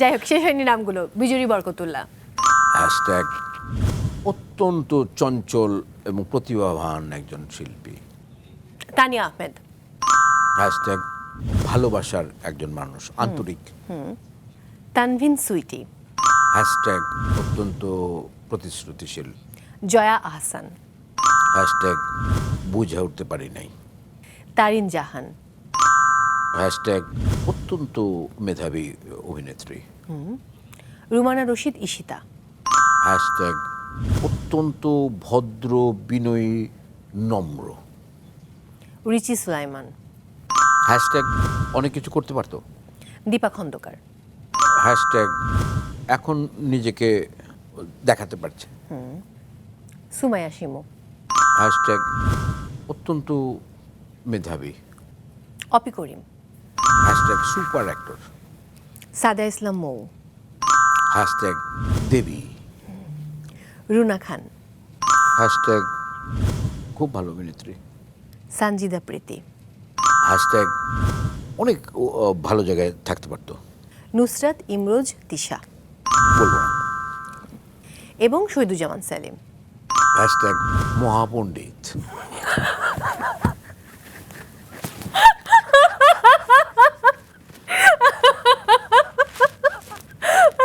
দুর্দান্ত এক কথায়। অসীম কৃতজ্ঞতা সেলিম ভাই আজকে আমাদেরকে সময় দেওয়ার জন্য। আমি খুবই হেসেছি, খুবই ফান করেছি, এত এনজয় করেছি পুরো আয়োজন। আমার তো খুব দারুণ লাগলো। আপনার কেমন লেগেছে বলুন? তোমাকে তো আমার খুবই ভালো লাগে, থ্যাংক ইউ। আর তোমার হেয়ার কাটটা খুব সুন্দর হয়েছে, Oh, thank তার সাথে শাড়িটা অনেক ভালো মানিয়েছে তোমাকে। Thank you. এবং আমি I enjoy basically, no joke. আমি তোমার সাথে ইন্টারভিউ আমি খুবই মজা লাগে আমার, এবং Thank আমি you. জানি যে আমার জন্য কিছু বেশ প্রশ্ন অপেক্ষা করছে, যেটা আমাকে অনেক গভীরে যে উত্তর দিতে হবে, এবং অনেক না বলা কথা আমার বলা হয়ে যাবে, বলতে চাবো না তারপরে বলা হয়ে যাবে, ওরকমই একটা লাগে। তো আজকেও হলো কিছু, এর আগেও হয়েছিল, চলতে থাকুক। কথা তো শেষ হয় না, কথার ঝুড়ি নিয়ে তো বসে আছি, তো কথা বলতে বলতে বলতে বলতে শেষ হবে এক সময়। নিশ্চয়ই। এবার দর্শকদের উদ্দেশ্যে কিছু বলুন। দর্শকদের উদ্দেশ্যে এইটুকুই বললাম যে এটাকে এটা ফান অনুষ্ঠান, এটাকে ফান হিসেবেই নেন, সিরিয়াস হওয়ার কিছু নেই। অনেক কথা জীবনে আসে, কারোর জন্যে কারো পয়েন্ট অফ ভিউ থেকে এটা ভালো লাগে, কারো পয়েন্ট অফ ভিউ থেকে ভালো লাগে না, বা সবাইকে ভালো লাগতে হবে এমন কথা পৃথিবীতে কেউ বলতে পারবে না, আমিও বলতে পারবো না। যাই বলেছি না বলেছি, মৌ এটার জন্য দায়ী, আমি একদমই দায়ী না। রুম্মান রশিদ দায়ী, আমি একদম দায়ী না। আমি এই কথাগুলো বলতেও চাইনি, কিন্তু আমাকে ওরা বলতে বাধ্য করেছে। কিন্তু মাছরাঙা টেলিভিশন দেখতে হবে, এই অনুষ্ঠানটা দেখতে হবে, ভালো লাগলে সেটাও বলবেন। আর খারাপ যেটা যেটা আমি করলাম, সব দোষ আমার, আসলে ওদের না। আমি এতক্ষণ মিথ্যা কথা বলেছি। আমার অনেক ভালোবাসা। সময় বদলায়, মাধ্যম বদলায়, কিন্তু সত্যিকারের শিল্পীর দীপ্তি কখনো ম্লান হয় না। একজন শহীদুজ্জামান সেলিম হয়তো আগামীকাল আবার নতুন কোনো চরিত্রে অভিনয় করবেন, নতুন কোনো গল্প বলবেন, কিন্তু আমাদের কাছে তিনি থেকে যাবেন সেই মানুষ হিসেবে যিনি প্রমাণ করেছেন অভিনয় শুধুই পেশা নয়, অভিনয় এক ধরনের সাধনা। প্রিয় এই অভিনেতার কাছ থেকে আজ বিদায় নিচ্ছি। আগামী শুক্রবার রাত 9টায় মাছরাঙা টেলিভিশনে আবারও দেখা হচ্ছে। ততক্ষণ পর্যন্ত শিল্পের পাশে থাকুন, ভালোবাসার আলোয় বেঁচে থাকুন। শুভরাত্রি।